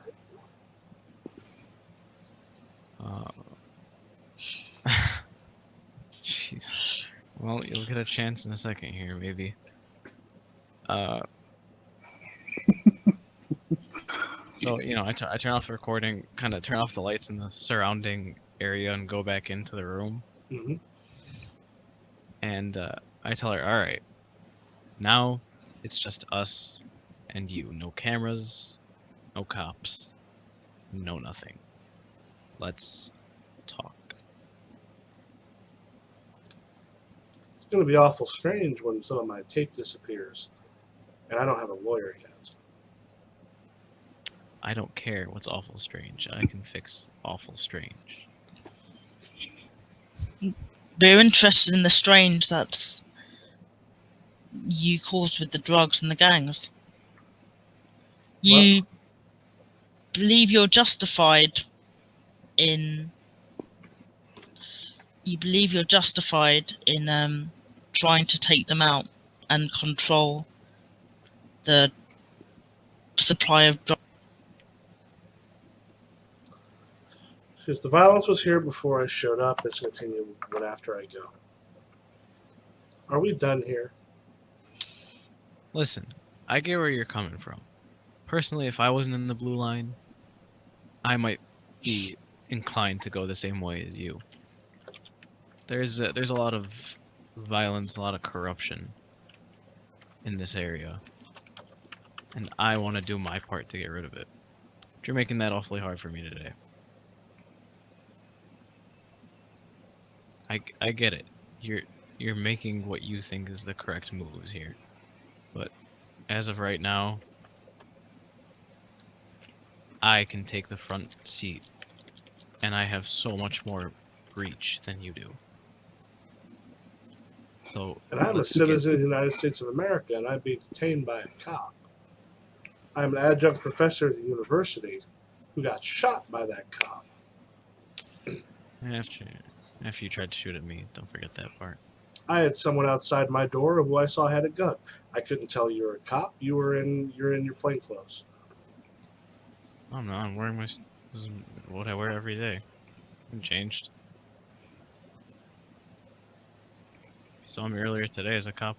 I look the same. My badge is clearly displayed on my lapel. If you had taken a second to look before you started shooting, maybe we wouldn't have had that problem. Well, that's a different set of charges, isn't it? Sure is.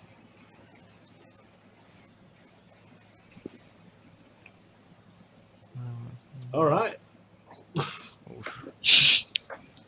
Yeah. Do you actually want to do that, or are you just typing that? Oh no, yeah, I'm actually doing that. Yes, Arya kind of you leap up on the table, and for a bit it kind of goes liquid a bit. Then when your knife catches, because it kind of stops, you just rip through. Just screaming as you then go thing like rip down and then pull out one of her teeth. Blood just pouring down the side of her face. This isn't gonna.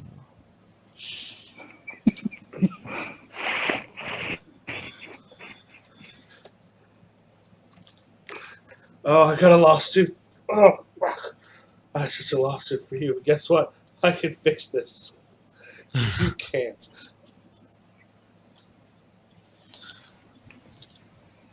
You say, Oh, by the Arya. way, Fix my face, or I'm taking more teeth. yeah, do two things. Arya, first go ahead and make a violence check. That's roll against your isolation. Or I'm sorry, roll against your helplessness. I also increase your because when you succeed in a check, you for one of those for hardened, you actually raise up the thing. Okay, yeah. So right now, yeah, your struggle has improved a couple times because your violence meter has gone up. Yeah, you find yourself not hating this torturing her as much as you thought. I just say, Arya, this is making things messy. Yeah, well, I'm running out of patience, so fix my face, or I'm taking another tooth.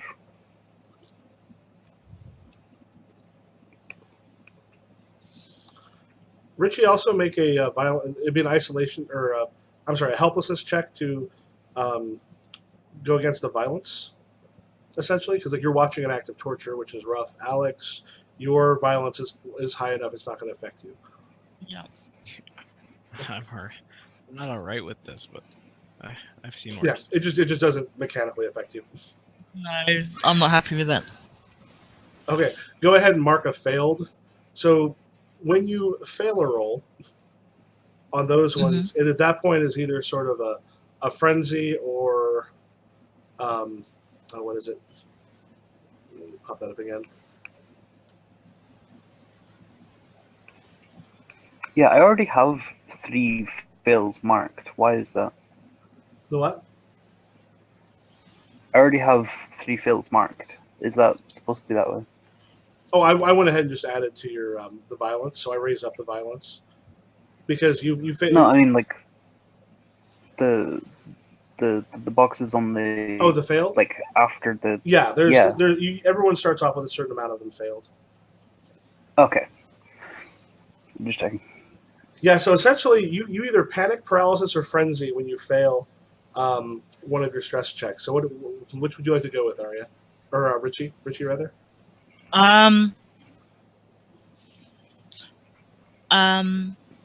Panic. Okay. Oh, well, actually, no, frenzy. I think I'm going to, yeah, I think frenzy might be a bit more appropriate. Make more sense as well for the character in the scene. Do you start attacking her too? Yeah.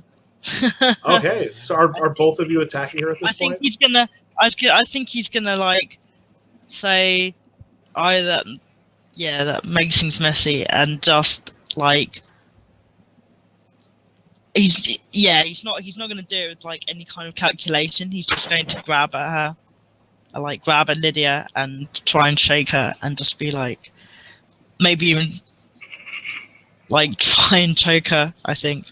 All right, so Arya, are you also still slicing at her while this is happening?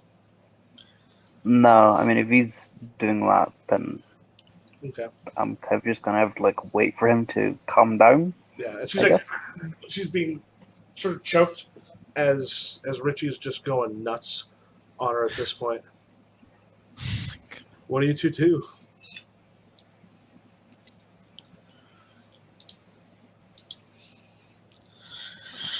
I say, yeah, I'm like,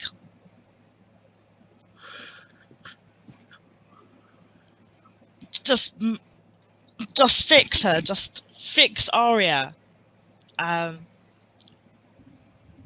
fix Arya, and tell us about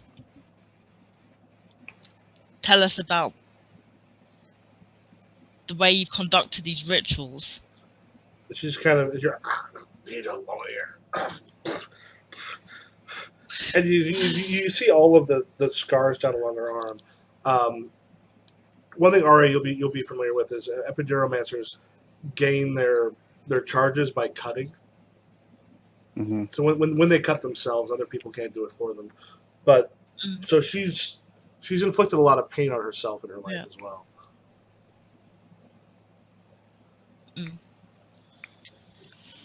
Okay. So do you, as I said, at this point, because you failed the thing, Yeah. I say, since you're choking her, if you guys don't stop her, she might kill her. Or Yeah. rather, Richie might Yeah. kill. Yeah. Do you let that happen? He might kill her, right? Mayor might kill her. Yeah. Yeah, so I'm gonna pull him off, Yeah. Yeah. throw him to Yeah. the side, That's what you mean. and kind of like push Arya back. They're like, "What the fuck is wrong with you two? You realize you're still the mayor. You're still the mayor's intern, and I'm still a police officer of the Blue Line." My God. Well, You're a police officer of the Blue Line who has a mouth, and they jump back on her. There's a question, and I have to take off here soon. It's getting towards 11, and Yeah. I'm up at a quarter after 5 Yeah. or so. yeah. So at this point, I guess the question is: Are you going to kill? Are you going to kill her, or are you going to end up putting her in jail? No, I'm gonna keep pulling her teeth out I until she wasn't gonna. fixes my face. I wasn't gonna let you guys kill her here. At least I was gonna move elsewhere. If you were gonna have to, we're gonna have to murder her at this point because of all the torturing that you've already done. So I was gonna. I think that actually Remove her sounds like from we've this. gotten to a place where it's kind of nicely fucked up, and that's not a terrible place to stop a one shot. Yeah. So the Yeah. point where either like she might give, and you probably have to kill her regardless because you've just tortured the shit out of somebody, or she doesn't and dies. Yeah. I mean, my idea was gonna be to remove her from this area in general because torturing people in the police station is not my jam. Yeah. And Yeah. then I torture people all sorts of places, but not here. yeah, and then I was gonna tell these two like we're gonna throw her in the squad car, and not even in the squad car. It has to be like an unmarked, and like find some abandoned area and let them go crazy, seeing as how we've got Harvey Dent over here and his intern. Yeah.